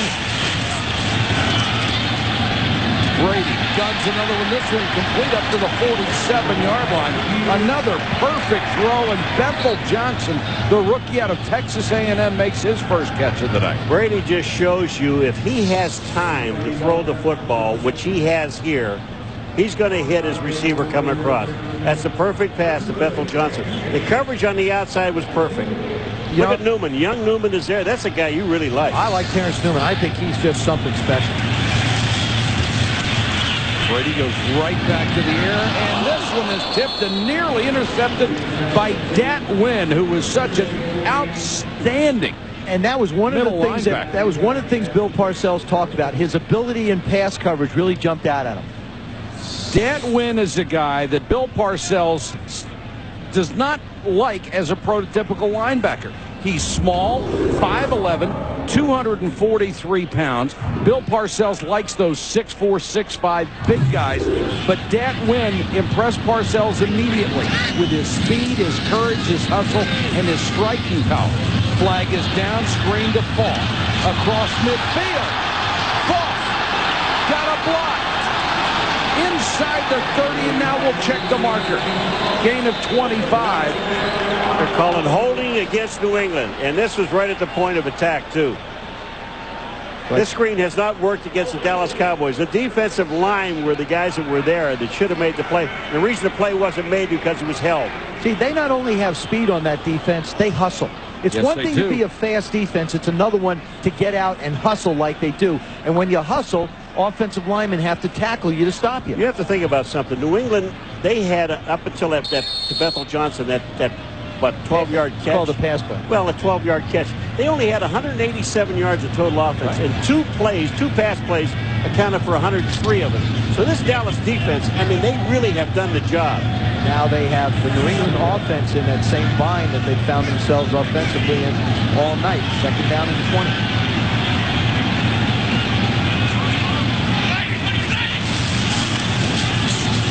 Brady play action with time goes to Antoine Smith over the middle, and Smith is hit immediately by Dexter Coakley, and there's another flag down. They're going to call Joe Andruzzi possibly for coming in late. He's up there trying to protect Antoine Smith. Could call him for a late hit. I just get the other day on Friday talking to Bill Belichick, and I said, you know, nobody has big numbers on these teams. There it is.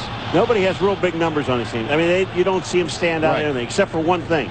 They're 3rd in the league as far as penalties are concerned. And when we said that to Belichick, I thought he was going to get sick. He just rolled his eyes. I thought he was going to get sick. Personal foul, unnecessary roughness, number 63. It's a 15-yard penalty. This foul occurred after the play was over, so the down counts. 3rd That's down. Joe Andruzzi, the right guard. Watch it here. This is a point of emphasis this year. They do not want late blocks and having guys picked off, and that is way too late. Well, no, he's not even trying. See, he's not even trying to block anybody. He's actually leaning down and sort of slides into somebody. That was a ticky-tack call, in my my opinion. That was really bad. Well, Bill Belichick agrees with you. He wasn't trying to knock anybody off the pile. That's about as ticky-tack as it gets. Now it's third and a $50 cab ride. Ticky-tack. Brady goes underneath. Now, that was not ticky-tack. No, And big Roy Williams is right there to hold it to nothing. Roy Williams, when Parcells was talking about him, he said, I'm going to tell you now, this guy's going to hit you. I mean, he's going to lay the wood to you. Roy Williams is one of those guys, he said, sometimes he gets in trouble and he may get beat. But if you're in his area and you catch the ball, Roy Williams is going to lay you out. As Bill Parcells says, he has a lot of wood in his knapsack. 4th and 37. And the punt to Zuriel Smith is just awful. Neither one of these punters distinguishing themselves this year. Ken Walter, a 34-yarder. That's with the roll. He came in ranked 32nd among all punters in the league. Of course, Parcells and Bill Belichick have been together much of their coaching career. Together, they won 2 Super Bowls with the New York Giants, lost a Super Bowl with the New England Patriots to the Green Bay Packers. That's when Bill Parcells resigned after failing to come back with the team on the team plane. Parcells was named the head coach of the Jets, took Belichick with him as his assistant. Parcells resigns. Belichick named his successor. That lasted one day. Belichick quits, and then he's named the head coach of the New England Patriots, and they go on to win the Super Bowl. Quincy Carter trying to get something started. Now he runs. Good pump fake by Carter across midfield, out of bounds near the 45-yard line. And Quincy Carter showed you what he can do that time. I'm going to tell you what, Willie McGinnis, he's had at least 5 shots at Quincy Carter tonight. Just can't get him. And he hadn't made one. I mean, the end of this is a reach. Willie McGinnis has chased this guy all over the ballpark. Willie McGinnis, there's number 55. But watch this. He's back in coverage. He's waiting. Quincy Carter comes out. Watch this. Oops. I really think he underestimates his speed. You know, they overestimates his. Well, they drafted Quincy Carter because he reminded Jerry Jones of what Donovan McNabb was able to do, and you see that kind of running ability. Richie Anderson gets the call from the fullback spot. Gets maybe a yard. You're talking about how good defenses are. This is only, now we got, 6 minutes and 20 seconds and counting in the third quarter. This is only the 6th play that the Dallas Cowboys have had on the other side of the 50-yard line. And that's amazing. And really, New England had everything going to keep that field position game going until they committed the big penalties that backed them up. Anderson, Adrian Morrell in the backfield. Morrell signed in the middle of the year. He's given them a boost in the running game. Play action to Morrell. Carter rifles that one complete. Terry Glenn with his first catch. He's booed immediately and out of bounds at the 37. If you say, I can't wait to get back there, I hate everything about New England, these folks are not going to welcome you warmly. Ty Law giving him a lot of room. Little quick rotation. Excellent catch. There's your 3rd and short. Now, these are the type of third downs that the Cowboys are interested in converting because you can run the football from these distances. They're almost in a 4-down situation, these guys. No. You got a field goal kicker that can make this? Yes. 3rd and 2. Carter flips it to Anderson. He has the first down to the New England 30-yard line. You know, Richie Anderson did, Joe. As soon as he caught the ball, he went up. He knew where the first down marker was and went right at it. But I want to show you what Quincy Carter does with this touch pass. This is between Quincy Carter and Willie McGinnis. Once again, Paul, good play action fake. Watch the touch he does. He elevates himself to get the ball over Willie McGinnis, but yet doesn't throw it too hard so that Richie Anderson can't make a play on it. Quincy Carter is putting on quite a clinic of being a very solid, smart, good quarterback tonight. And Dallas needs points out of this drive. Morrell, little stutter step down to the 26-yard line. Morrell played for Bill Parcells 1 year with the Jets and 2 straight seasons with the Jets. He had over 1,000 yards. Went to Arizona, had another 1,000-yard season. Another one of those guys that Bill Parcells knows what he is going to get, even though he's been out of football for 2 years. I think here on second down, this is a good time for the New England Patriots to blitz. Romeo Crennel, the defensive coordinator, I think you come after this formation. If it's a pass, you can get the quarterback. If it's a run, maybe you stop at the line. Morrell again. Lowers his shoulder, pushes tacklers down near the 21-yard line. I just watched Adrian Morrell on that play there. He was hit at the 25-yard line, and he moved the pile. Morrell grew up in Hawaii, ended up playing college ball at West Virginia. I don't know how I knew you'd get that in. Well, I had to. I don't know how you get from Honolulu to Morgantown, though. That's a million frequent flyer airplane. You take a nonstop to Dulles and drop. Take an airplane to Pittsburgh, and then you take a bus. 3rd and 2. Morrell on the toss. Has the first down. Boy, Richie Anderson gets an outstanding, but all he does is tie up the linebacker. But he comes down and he just throws his body. Look at number 20, Richie Anderson down. Adrian Morrell picks up the first down. This is what this team has to do. You know what? They have never gotten away from their game plan. They haven't, and the game has never gotten away from it. Richie Anderson, talking to us last night, also said that the only difference in what he's doing for Bill Parcells now than when he's done for him in the past is he is now playing more on 3rd down. Evidence that with a good block. This is the deepest penetration of New England territory for Dallas tonight. Carter, McGinnis can't get him again. And the pass is intercepted. Back right into the hands of Ty Law. What a gift. That was the one mistake that Bill Parcells did not want to see from Jason Carter. Jason Witten couldn't hold it. And Bill Parcells sees an opportunity to go up in smoke.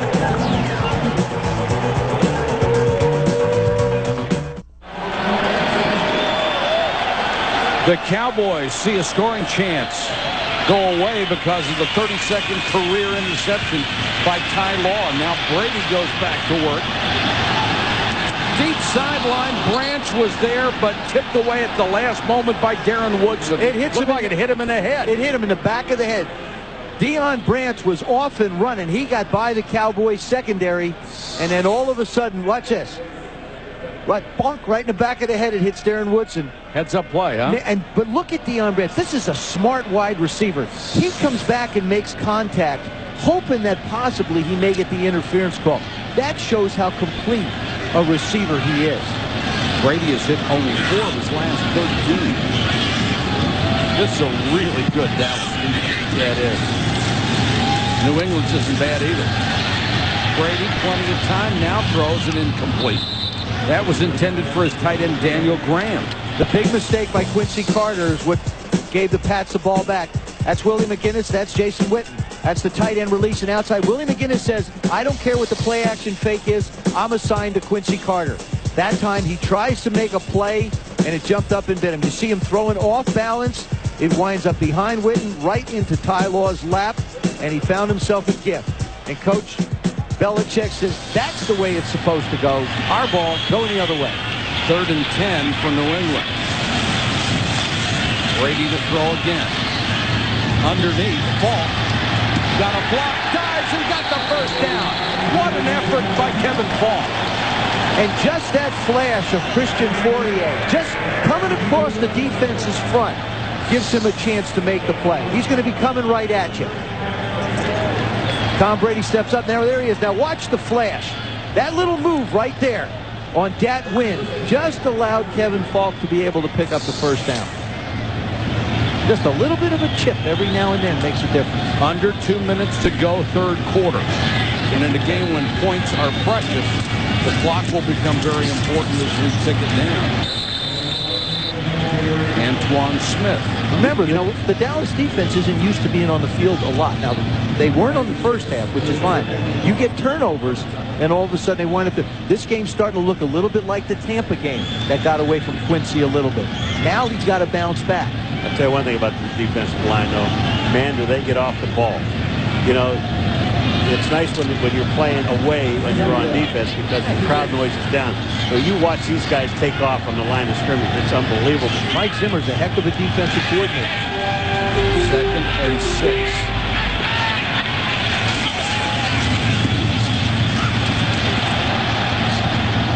Looked like they were going to get something out of it, but Dexter Coakley messed it up for Antoine Smith.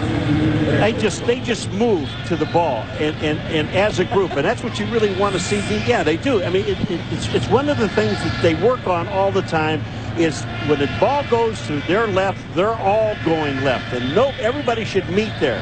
And they do. There's usually 4 or 5 guys. Now, you saw Scott standing in front of Mike Zimmer, the defensive coordinator of the Cowboys, because he was signaling in the defense. They don't want anybody to get an edge and see what the coaches are doing. 3rd and 3. Quick out, and that's caught by Graham, the tight end, and he has a first down. Nice throw by Brady. And Graham just stuck out his hand like he had a mitt on it and made the catch for the first down. End of 3, 9-0.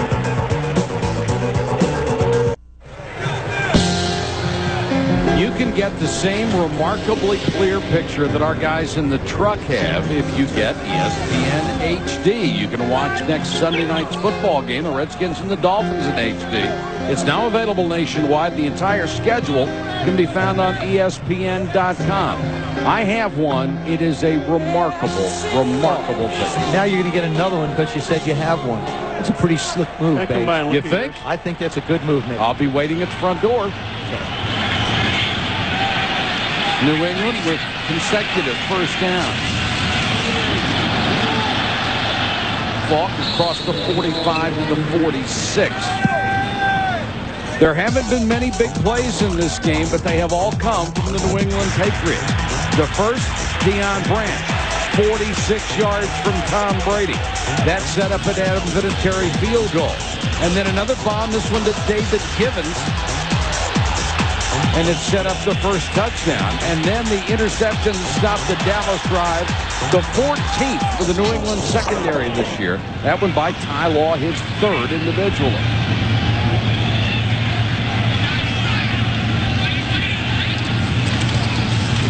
Falk, throwback. Brady. David Graham had a guy come flashing right across his face and couldn't hold it. He thought he was going to get blown up. He gets on top of Al Singleton, but that's Darren Woodson that comes flying across his face, and he thinks he's going to be in for the collision of a lifetime. Watch the right part of your screen. Little flea flicker. Tom Brady gets it out of his nice throw, and there comes Darren Woodson. And believe me, Daniel Graham thought it was all over. Watch him tighten up. He doesn't see that ball. He sees a collision. Oh, Woodson made a great play, boy, by just getting the ball. Being there. Yeah. That could have been huge. 3rd and 6.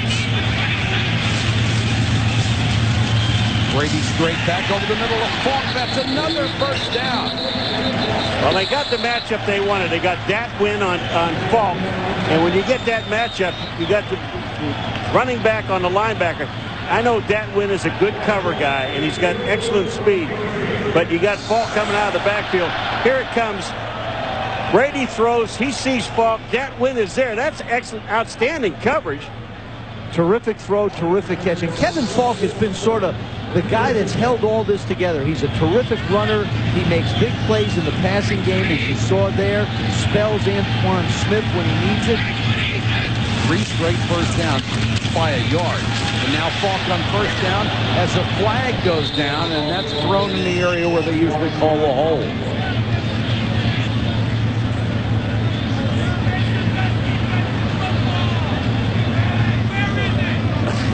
Bill Belichick's got to go crazy. Offense, 10-yard penalty, remains first down. Patriots came in 3rd high in the league in penalties, almost 9 a game, and that was Dan Copen, the rookie center. called for the hold, so they wipe out a good gain and take it all the way back to the 43-yard line. The time of possession still heavily in favor of the Cowboys, but as Paul pointed out earlier, it doesn't matter much when it's 9-0. Doesn't matter. You're so astute. Yeah, that's another one. Smart, too. Fake the end around. Brady floats this one down the sideline, and Dan Wynn with brilliant coverage. He was right there, would not allow the completion to Patrick pass. Dan Wynn is one of those guys who doesn't fit the mold. He's too small. He's too slow. All he does is make plays. And Larry Lacewell, the Cowboys scouting director, said the reason we drafted Dat Wynn is because we passed on Zach Thomas after he didn't fit the mold. Zach Thomas turned out pretty darn well, and they were not going to make the same mistake with Dat Wynn. And I think Bill Parcells, if he wants bigger linebackers, is going to have a problem fitting them into what these guys are doing. Al Singleton and Dexter Coakley and Dat Wynn. Ball hit in the backfield and spun down.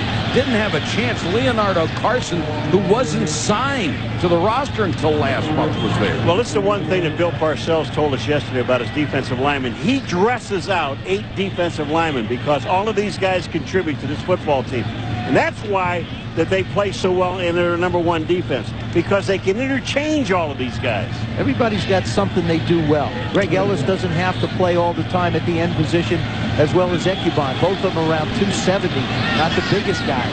This is the 12th play of the drive, and they still haven't even reached midfield.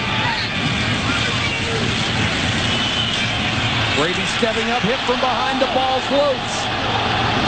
And New England covers it up. Boy, I'll tell you Ebenezer Ekubon got the sack and knocked it loose. Boy, these, I've been talking about these guys all night long, this defensive line, and they stay with the 4-man rush. Ebenezer Ekubon is number 96. Look at the move back to the inside. And there's Leroy Glover, number 97. They're both there to meet the quarterback. And that's on Tom Brady. Tom Brady stepped up in the pocket. They had help outside, and he just held it too long. Now Zuriel Smith waits at his 20. Right at the 40. High and very short. Takes a good bounce for New England, and we'll get down to the 25-yard line. A 36-yard punt with a 10-yard roll. Time running out on Quincy Carter and the Cowboys. Can they come back from a 9-0 deficit? ESPN Sunday Night Football, brought to you by the all-new BMW 5 Series, the ultimate driving machine. Microsoft, your potential, our passion. And UPS, what can Brown do for you? Beautiful facility here in Foxborough, Gillette Stadium, and the home fans have been entertained to a 9-0 lead so far. 11:23 to go in the ball game, and Quincy Carter is going to have to rally the troops as Dallas needs 2 scores and they're starting to run out of time. Carter, 3 out of 7 passing in this half, only 21 yards, and the 1 pick on the deflection.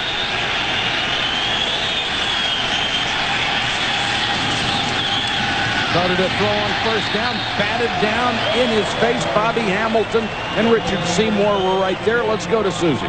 Mike, the strength of the Patriots defense this season has been the secondary, especially impressive since Ty Law is the only remaining starter from last year. He and Tyrone Poole working it tonight. And Law told us that Bill Belichick did cut down on some of the complexity of his defense so the new guys could understand it more, he said, so they can use their talent, react more. He still stresses not just anyone can play in this defense. You really need to be able to think. And that's why he loves the veterans, Susie, the guys who are so versatile. Pressure coming on Carter, throws wide of Anderson, and he is spun down by Brewski, and there's a flag back at the 15-yard line. Roughing the passer. And that's roughing the passer. That's 15. That's a nice way to move the sticks. Look at Bill Belichick. I mean, this guy has got Personal foul. Roughing the passer, number 93. And that is their Pro Bowl lineman, Richard Seymour. Well, I tell you, this is unbelievable to watch what these guys are doing. Here comes Seymour. Now, he's going to throw. What are you doing this for? Why are you hitting this guy? The ball's gone. It's a good call by the officials. Yes, They're going to protect the quarterback. There's no need for it. But what I've seen the Dallas Cowboys do, especially in these last 2 series, is they've leaned heavily towards the pass. They've only run the ball 5 times and thrown it about 15 times. That's not Dallas Cowboy offensive football the way it's been. Play action by Carter, and they'll blow this one dead. This will cost Dallas 5. They're going to wear these flags out, Mike. I'm the key. I never saw. They have more. I bet they do. What? Tom White's been a busy guy. He's been on more than Joe. And that's hard to say. Tom White has been on more than Joe. 12 start. Number 65. Offense. 5-yard penalty. Remains first down. Bill is obviously displeased. Not happy with it. I think so. My lip reading skills are impressive. Andre Garrod not going to be on that favorite player list this week. I still think the Cowboys, you've got 11 minutes, 15 seconds to go in this game. You know, you're not into a hurry up, throw the ball all the time mode yet. Screen to Morrell. Not much blocking. Still got across the 40 to the 41. They get the 5 yards back. Next Sunday night at 7:30 Eastern, we hope you'll watch NFL Primetime. They'll catch you up on all the day's action. And then Steve Spurrier, the old ball coach, Patrick Ramsey and the Redskins go to Miami to take on Ricky Williams and the Dolphins on ESPN Sunday Night Football at 8:30. Well, we've had a great schedule all year. We hope you enjoy the remaining games that we have. We have some beauties coming up. Redskins playing better football. Heartbreaker today against Carolina. Taking over the coordinators. Steve Spurrier really running the organization like a head coach. 2nd and 10 for Dallas. 3-man rush underneath, and that one is complete to Bryant. He gets to the 49. They'll need about 2 more for a first down. Mike Vrabel was there for the stop. Again, Quincy Carter. Talk about his mobility. We've seen him run around. Look at the job he does just staying in the pocket. Offensive line gives him a throwing lane. That time Antonio Bryant hangs on. They have a manageable 3rd down. Finally. Hambrick is back in at tailback. 3rd and about 1.5 yards. Hambrick will get the carry. He didn't get it. He did not make it. Just got across the 50. You mentioned 4-down territory earlier. It might be here. No, I think they made it. No, he didn't make it. Not where the linesman marked it. They've got to get to the 49-yard line. Now, are they there? They didn't make it. Well, this has got to be 4-down territory. Let's look at it. The linesman came in from the sideline and had it marked short of that. Okay. Perhaps the linesman from the other side of the field marked it closer. I'm putting if I don't get this one right, I quit. This is your reputation, right on the line. Well, my reputation's been on the line a long time ago. Well, you lost it actually a long time ago, but that's okay. Go ahead, try. That's way gone. Well, give me an answer. Come on. I said they didn't make it. Okay. Well, that means it's first down. I think they did. I said no. No. Go for it. Go for it. I don't agree. I don't care whether you agree or not. I think go for it. I think you still play the field position game and you kick it. They're going to go for it. They're going to play the field position game and go for it. Now, would you go quarterback sneak like you did the last time? Yes, quarterback sneak. He's picked up, what, 2? 2 of them already. Throughout his career, Bill Parcells has gone for it a lot. And also, he's the guy calling the plays. This isn't a suggestion to a coordinator. This is the man in charge. Well, Joe, you don't need to be in this game. If you got a team this big, this line this big, and you can't move that thing 6 inches, you're not going to win, right? You're not going to win. Well, the game could be on the line here. You just don't want anybody moving off sides. That's the big thing. Don't, like you say, don't keep them at the line of scrimmage. Get it on with it. Oh, and now Carter has to use a timeout. 9:21 to go in the game. 4th and inches for Dallas when we come back.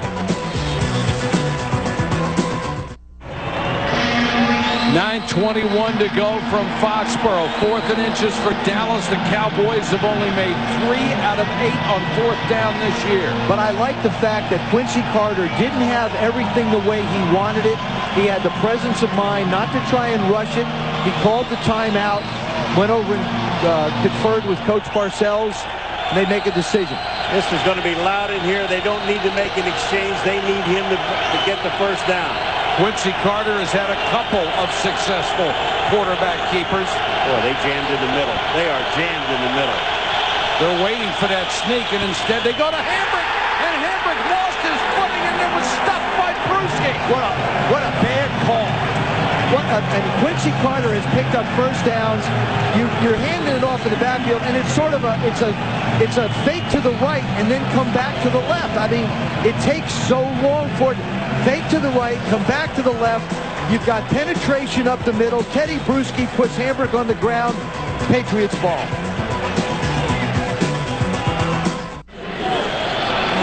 Teddy Bruschi just made what may have been his biggest tackle of the year as he stuffed Hambrick on a 4th and inches play.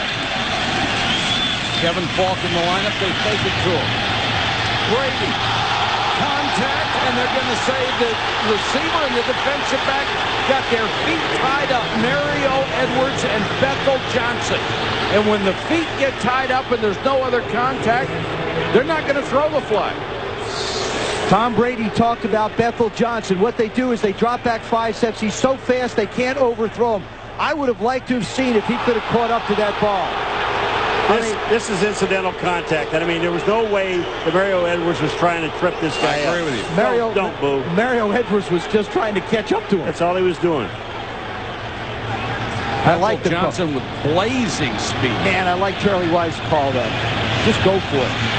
They were going for a throat on that one. Antoine Smith behind Andrewsy. Nice hole off the left side. Datwin makes the tackle at the 42. You know, in this second half of the ball game, now we're going under 9 minutes. Up until that play, which is what, 5 yards? New England 7 carries for 12 yards. That's why rushing the ball. Where's Dallas's defense ranked? Number 1. That's why. There it is, right there. You're right. I wish I'd have thought of that. And Bill Belichick knows that it was going to be this kind of a football game. And Bill Parcells told us last night. I said, what's the key to the game? He says turnovers. If you win the turnover battle, you win 84% of the time. And that was up a half a percentage point from a week ago coming into this weekend's game. 3rd and 4 for New England. They are really thin at wide receiver now. David Gibbons hurt early in the ball game. His return is questionable. Troy Brown not on the active list tonight. That one popped up in the air. Mario Edwards again with great coverage on Deion Branch. Mario Edwards is a different football player in year 4.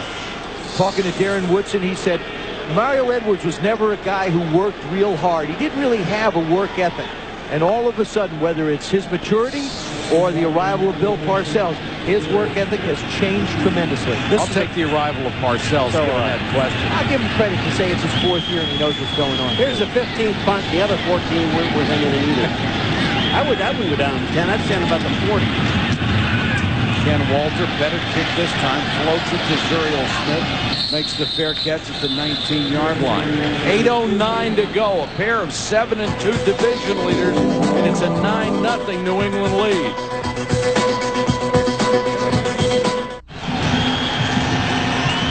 The New England Patriots trying to go 8-2 for only the 2nd time in their history. Have a 9-0 lead over the Dallas Cowboys. 4th quarter, Dallas starts from its own 19.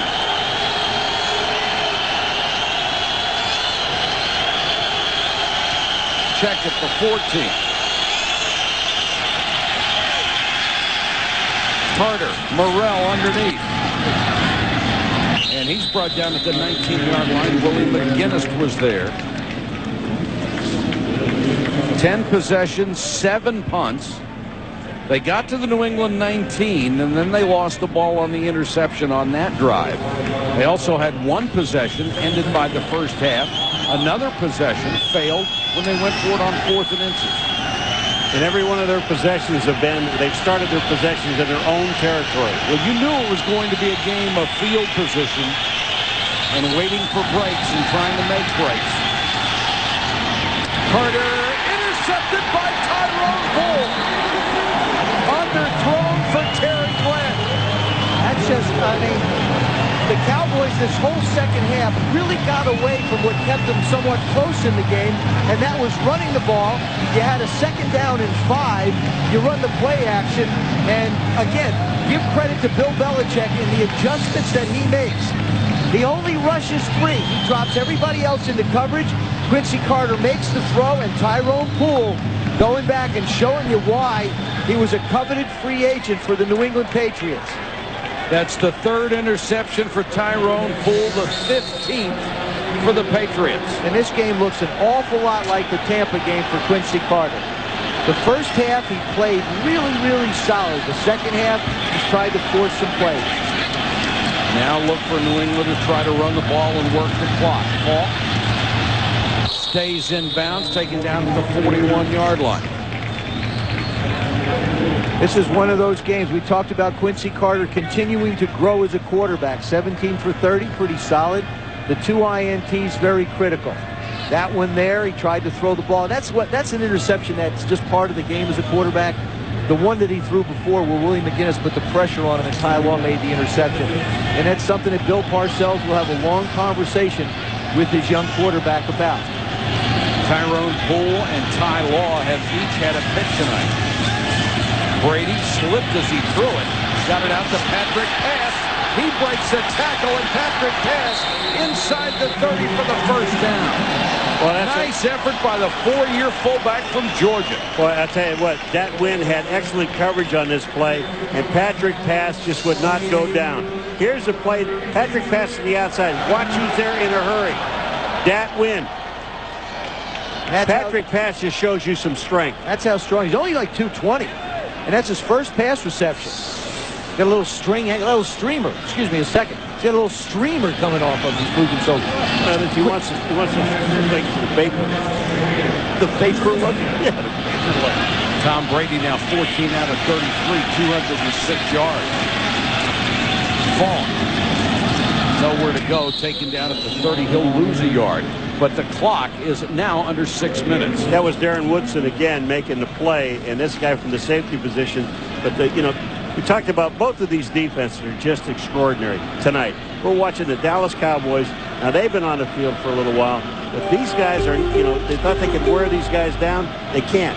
They are fast. Well, if their offense hadn't turned the ball over, the defense would have been able to rest even a little bit more.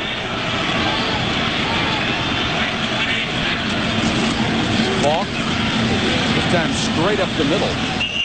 And he got down to around the 28-yard line. Dexter Coakley coming over and making the tackle.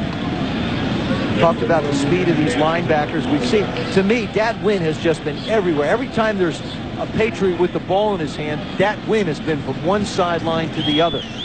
Dexter Coakley plays that off linebacker position. Another guy who can flat run. Charleston, South Carolina. Talk about the difference between a Dexter Coakley and, say, a Pepper Johnson, who's on the staff of the New England Patriots. Two different kinds of linebackers. 3rd and long, and Brady under pressure throws underneath. He has his tight end Christian Fourier. He'll be about 3 yards shy of a first down. And this will bring Adam Vinatieri on the field. You can bet they're going to let this clock run down a lot more. It should get under 4 minutes by the time they're ready to do anything. And this field, they share this field with Mr. Kraft's soccer team. So you look at the brownness and the chewed up area. It's not an easy surface to kick off of. This is the best thing that happened to the Cowboys. You can hold these guys to just 3 points. So that, but the problem is if you're not moving the ball down the field. The 3 mistakes that they made, 3 interceptions, and then the 2 long bombs. There's only really been actually 5 plays in this game that have turned it.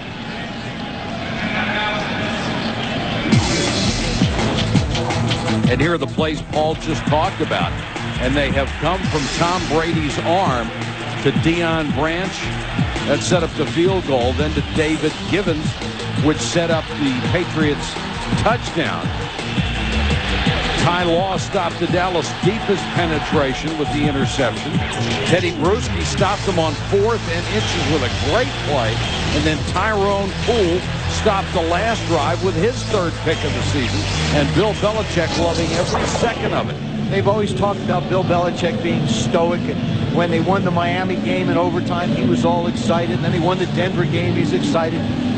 He loves football, and he loves his football team. His guys play hard for him. His guys really, really respect him, and they like playing for him because he's just one heck of a football coach. Well, you're not going to see him anytime soon headlining at the Comedy Shop, but, you know, he is a heck of a football coach. He's proved it year after year. And that's some ugly dirt that Vinatieri's kicking on. Vinatieri has already hit from 23. This is from 39. We got offside Dallas, and if that happens, that's going to be a first down. It is. And what a killer mistake that is. Here's the thing. You take points off the board? Absolutely. Yes, sir. In this situation, because you can run time off the clock or make them burn the rest of their timeouts. Were you just asking a question, or were you just asking a dumb question? I was just talking out loud. I was asking a dumb question of a dumb guy, me. Offside. Done it.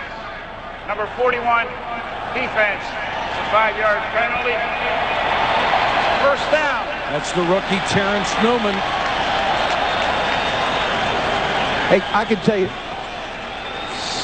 right side of your frame, right up top, right there. You see him. Whoop. Little too anxious. Vinatieri goes ahead, actually makes the kick. Dallas has 2 timeouts left.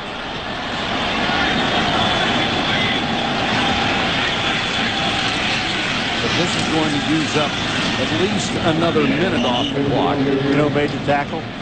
That win. No. Newman. The guy that just made the mistake.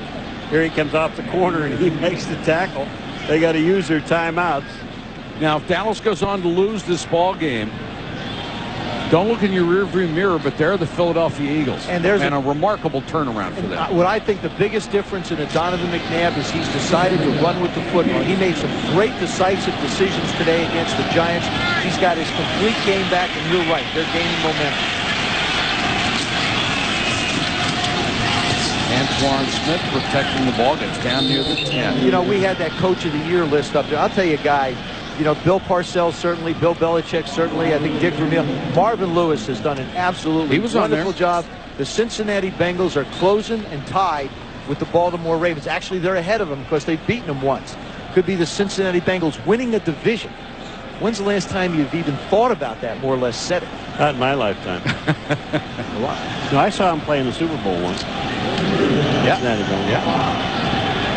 It was a rather cold day, wasn't it? Boy, Tyrone Poole coming up with a big play. Watch his run. Brady, naked bootleg, slips the tackle. Coakley had him dead to rights for a loss of 7 or 8. Couldn't make the tackle. But they're right back to 4th down situation again. But the clock just keeps turning. Well, they're going to get help here. They're going to get the 2-minute warning. So it'll go all the way down to 2 minutes. The Cowboys will keep their timeouts. But because of that offside penalty, cost them 1 minute and 45 seconds. Yes, it did. Critical error. 2 minutes to go in a 9-0 ball game.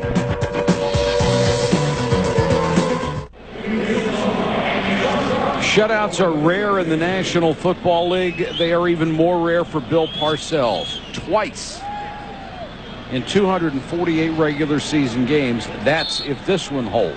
And remember, Flozell Adams blocked the extra point. That's why the score is 9-0 instead of 10. So Adam Vinatieri can kick it low.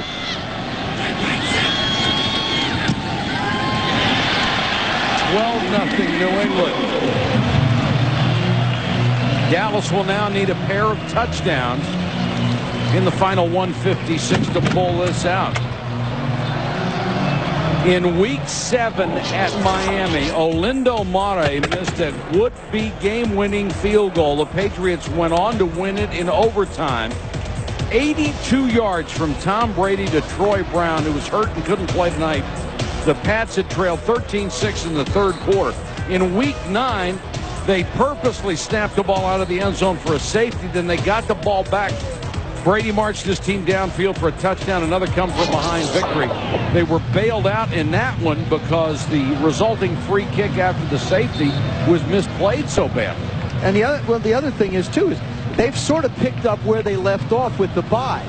They came into the bye, and Mr. Kraft's team, they wanted to get them healthy, right? Well, they get them sort of healthy now. David Givens is nicked a little bit. Troy Brown doesn't play. So they're right back filling in the pieces one more time. Before this game is over, I know all of us wanted to mention this. Hats off to Jerry Jones for hiring Bill Parcells and giving up a lot of the control he has always had over that franchise. I think that is a critical thing for him to do. He wants to win so badly that you go out and get a Bill Parcells. It is a courageous move on his part to depart from what he'd always done in the past. I don't think he gave up control. I think he brought a partner in. It's the first time he's hired a football coach with NFL experience. Zuriel Smith on the return. And Smith out near the 35-yard line. We have a timeout with 1:49 to go in the ballgame. 12-0 New England.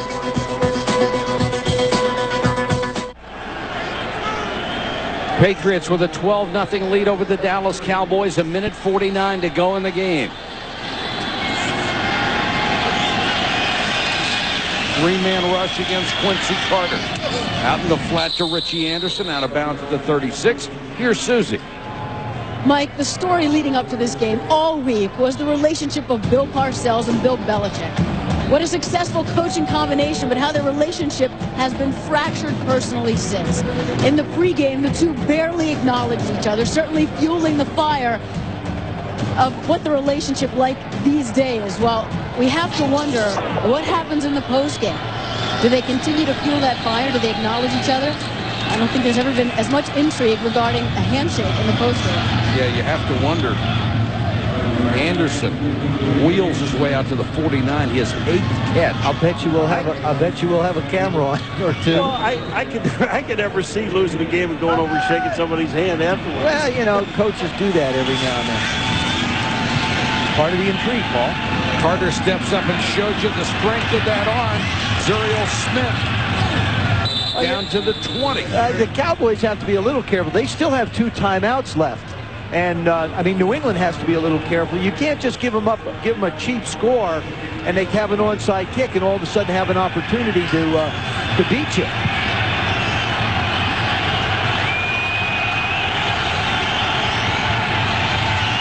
Carter's got Smith wide open, doesn't see him, instead throws it out of the end zone.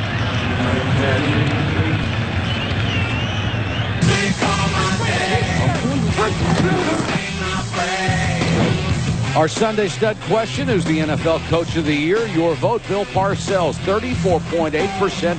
Marvin Lewis finished second.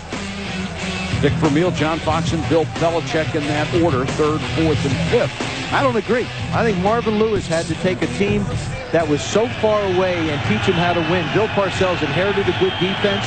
He had 2 great wide receivers to go. I think Bill's done a terrific job. But to me, congratulations to Marvin Lewis, and he would have been my choice. I'm going to wait to vote. Belichick has overcome so many injuries. Carter goes down under the rush. Seymour was there along with Dan Klecko. Here's another rule change that they had. When a quarterback gets sacked now, they don't stop the clock. They used to stop the clock, but not anymore. He got sacked. That clock is still running. 3rd and 13.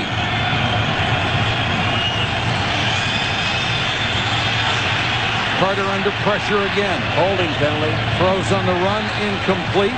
Flag down. And it looked like Kurt Vollers, trying to protect his quarterback, will be called for the hold. He was holding Dan Klecko. And New England, we talk about the 2 defenses in this game tonight really played hard. And mistakes made the difference. That's all it was. Holding, number 78, 10-yard penalty, remains 3rd down. Only 17 seconds to go. Stuart Scott and John Anderson standing by for SportsCenter. The Bungles no more, you betcha. Parcells and Belichick, what about the relationship and the Olympians stalking terror? 17 seconds to go. Ball back at the 34. Well, you know what, guys? This game lived up to the billing.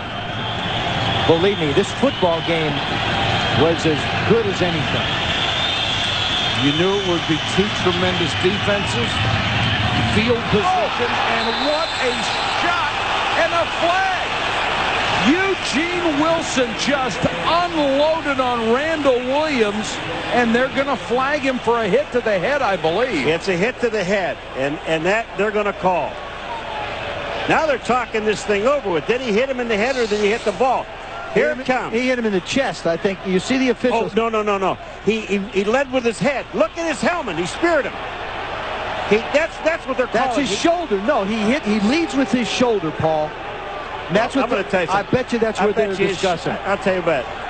He leads with his shoulder, not his head. But the helmet did get up under his chin. Now, are they going to call that? No, if you lead with your shoulder, it's so close to your head. After the incomplete pass, we have a personal foul, unnecessary roughness. A New England player launched and hit the Dallas player. There'll be a 15-yard penalty from the previous spot. First down. Hold on, Joe. He launched himself. That is what they're calling. You cannot launch yourself at a guy. Okay, so you're supposed to let a guy go catch the ball. I'll tell you, that's the part. Watch his shoulder, though, Paul. Now, what I'm saying, what I'm saying to you is, he's saying after the missed catch. That's what's not right, because this guy still has a chance to catch the ball. He's knocking the ball away, but he does launch himself. But no, wait a second. As a defensive player, you're not allowed to, quote, launch yourself? No, you're not allowed to do it if he's in imminent danger. All right, back to the game, 11 seconds. That's a wrong call. He was just knocking the ball away from the receiver. Blitz coming against Carter. To the end zone, intercepted. Ty Law's going to bring it out. And Bill Belichick's going to kill him. Yes, he is. He wants him to get down. He wants it off. Ty Law on the return, and he throws it on the lateral, loose ball. Flag is down. They may call this a forward pass. And Ty Law, I'm sure Bill Belichick is not going to like the way that one went, but it will end the ball game. And New England will win it 9-0. Excuse me, 12-0. And here's Bill Parcells and Bill Belichick going toward midfield as the referees sort out this last flag. There's an illegal block in the back during the return. That penalty is declined. Ball game's over. There's Bill Parcells, Bill Belichick. That's good to see. Well, you know what it is, because there's two men that respect each other. Yeah. We know they spent a lot of time. When we had a chance to talk to them about the fact that there was this rift, there really wasn't. That was a classy ending to a heck of a ball game. The final score, 12-0 New England. For Joe Theismann, Paul McGuire, Susie Colbert, our entire ESPN crew. This is Mike Patrick. Good night from Gillette Stadium in Foxborough. This has been a presentation of ESPN, the worldwide leader in sports.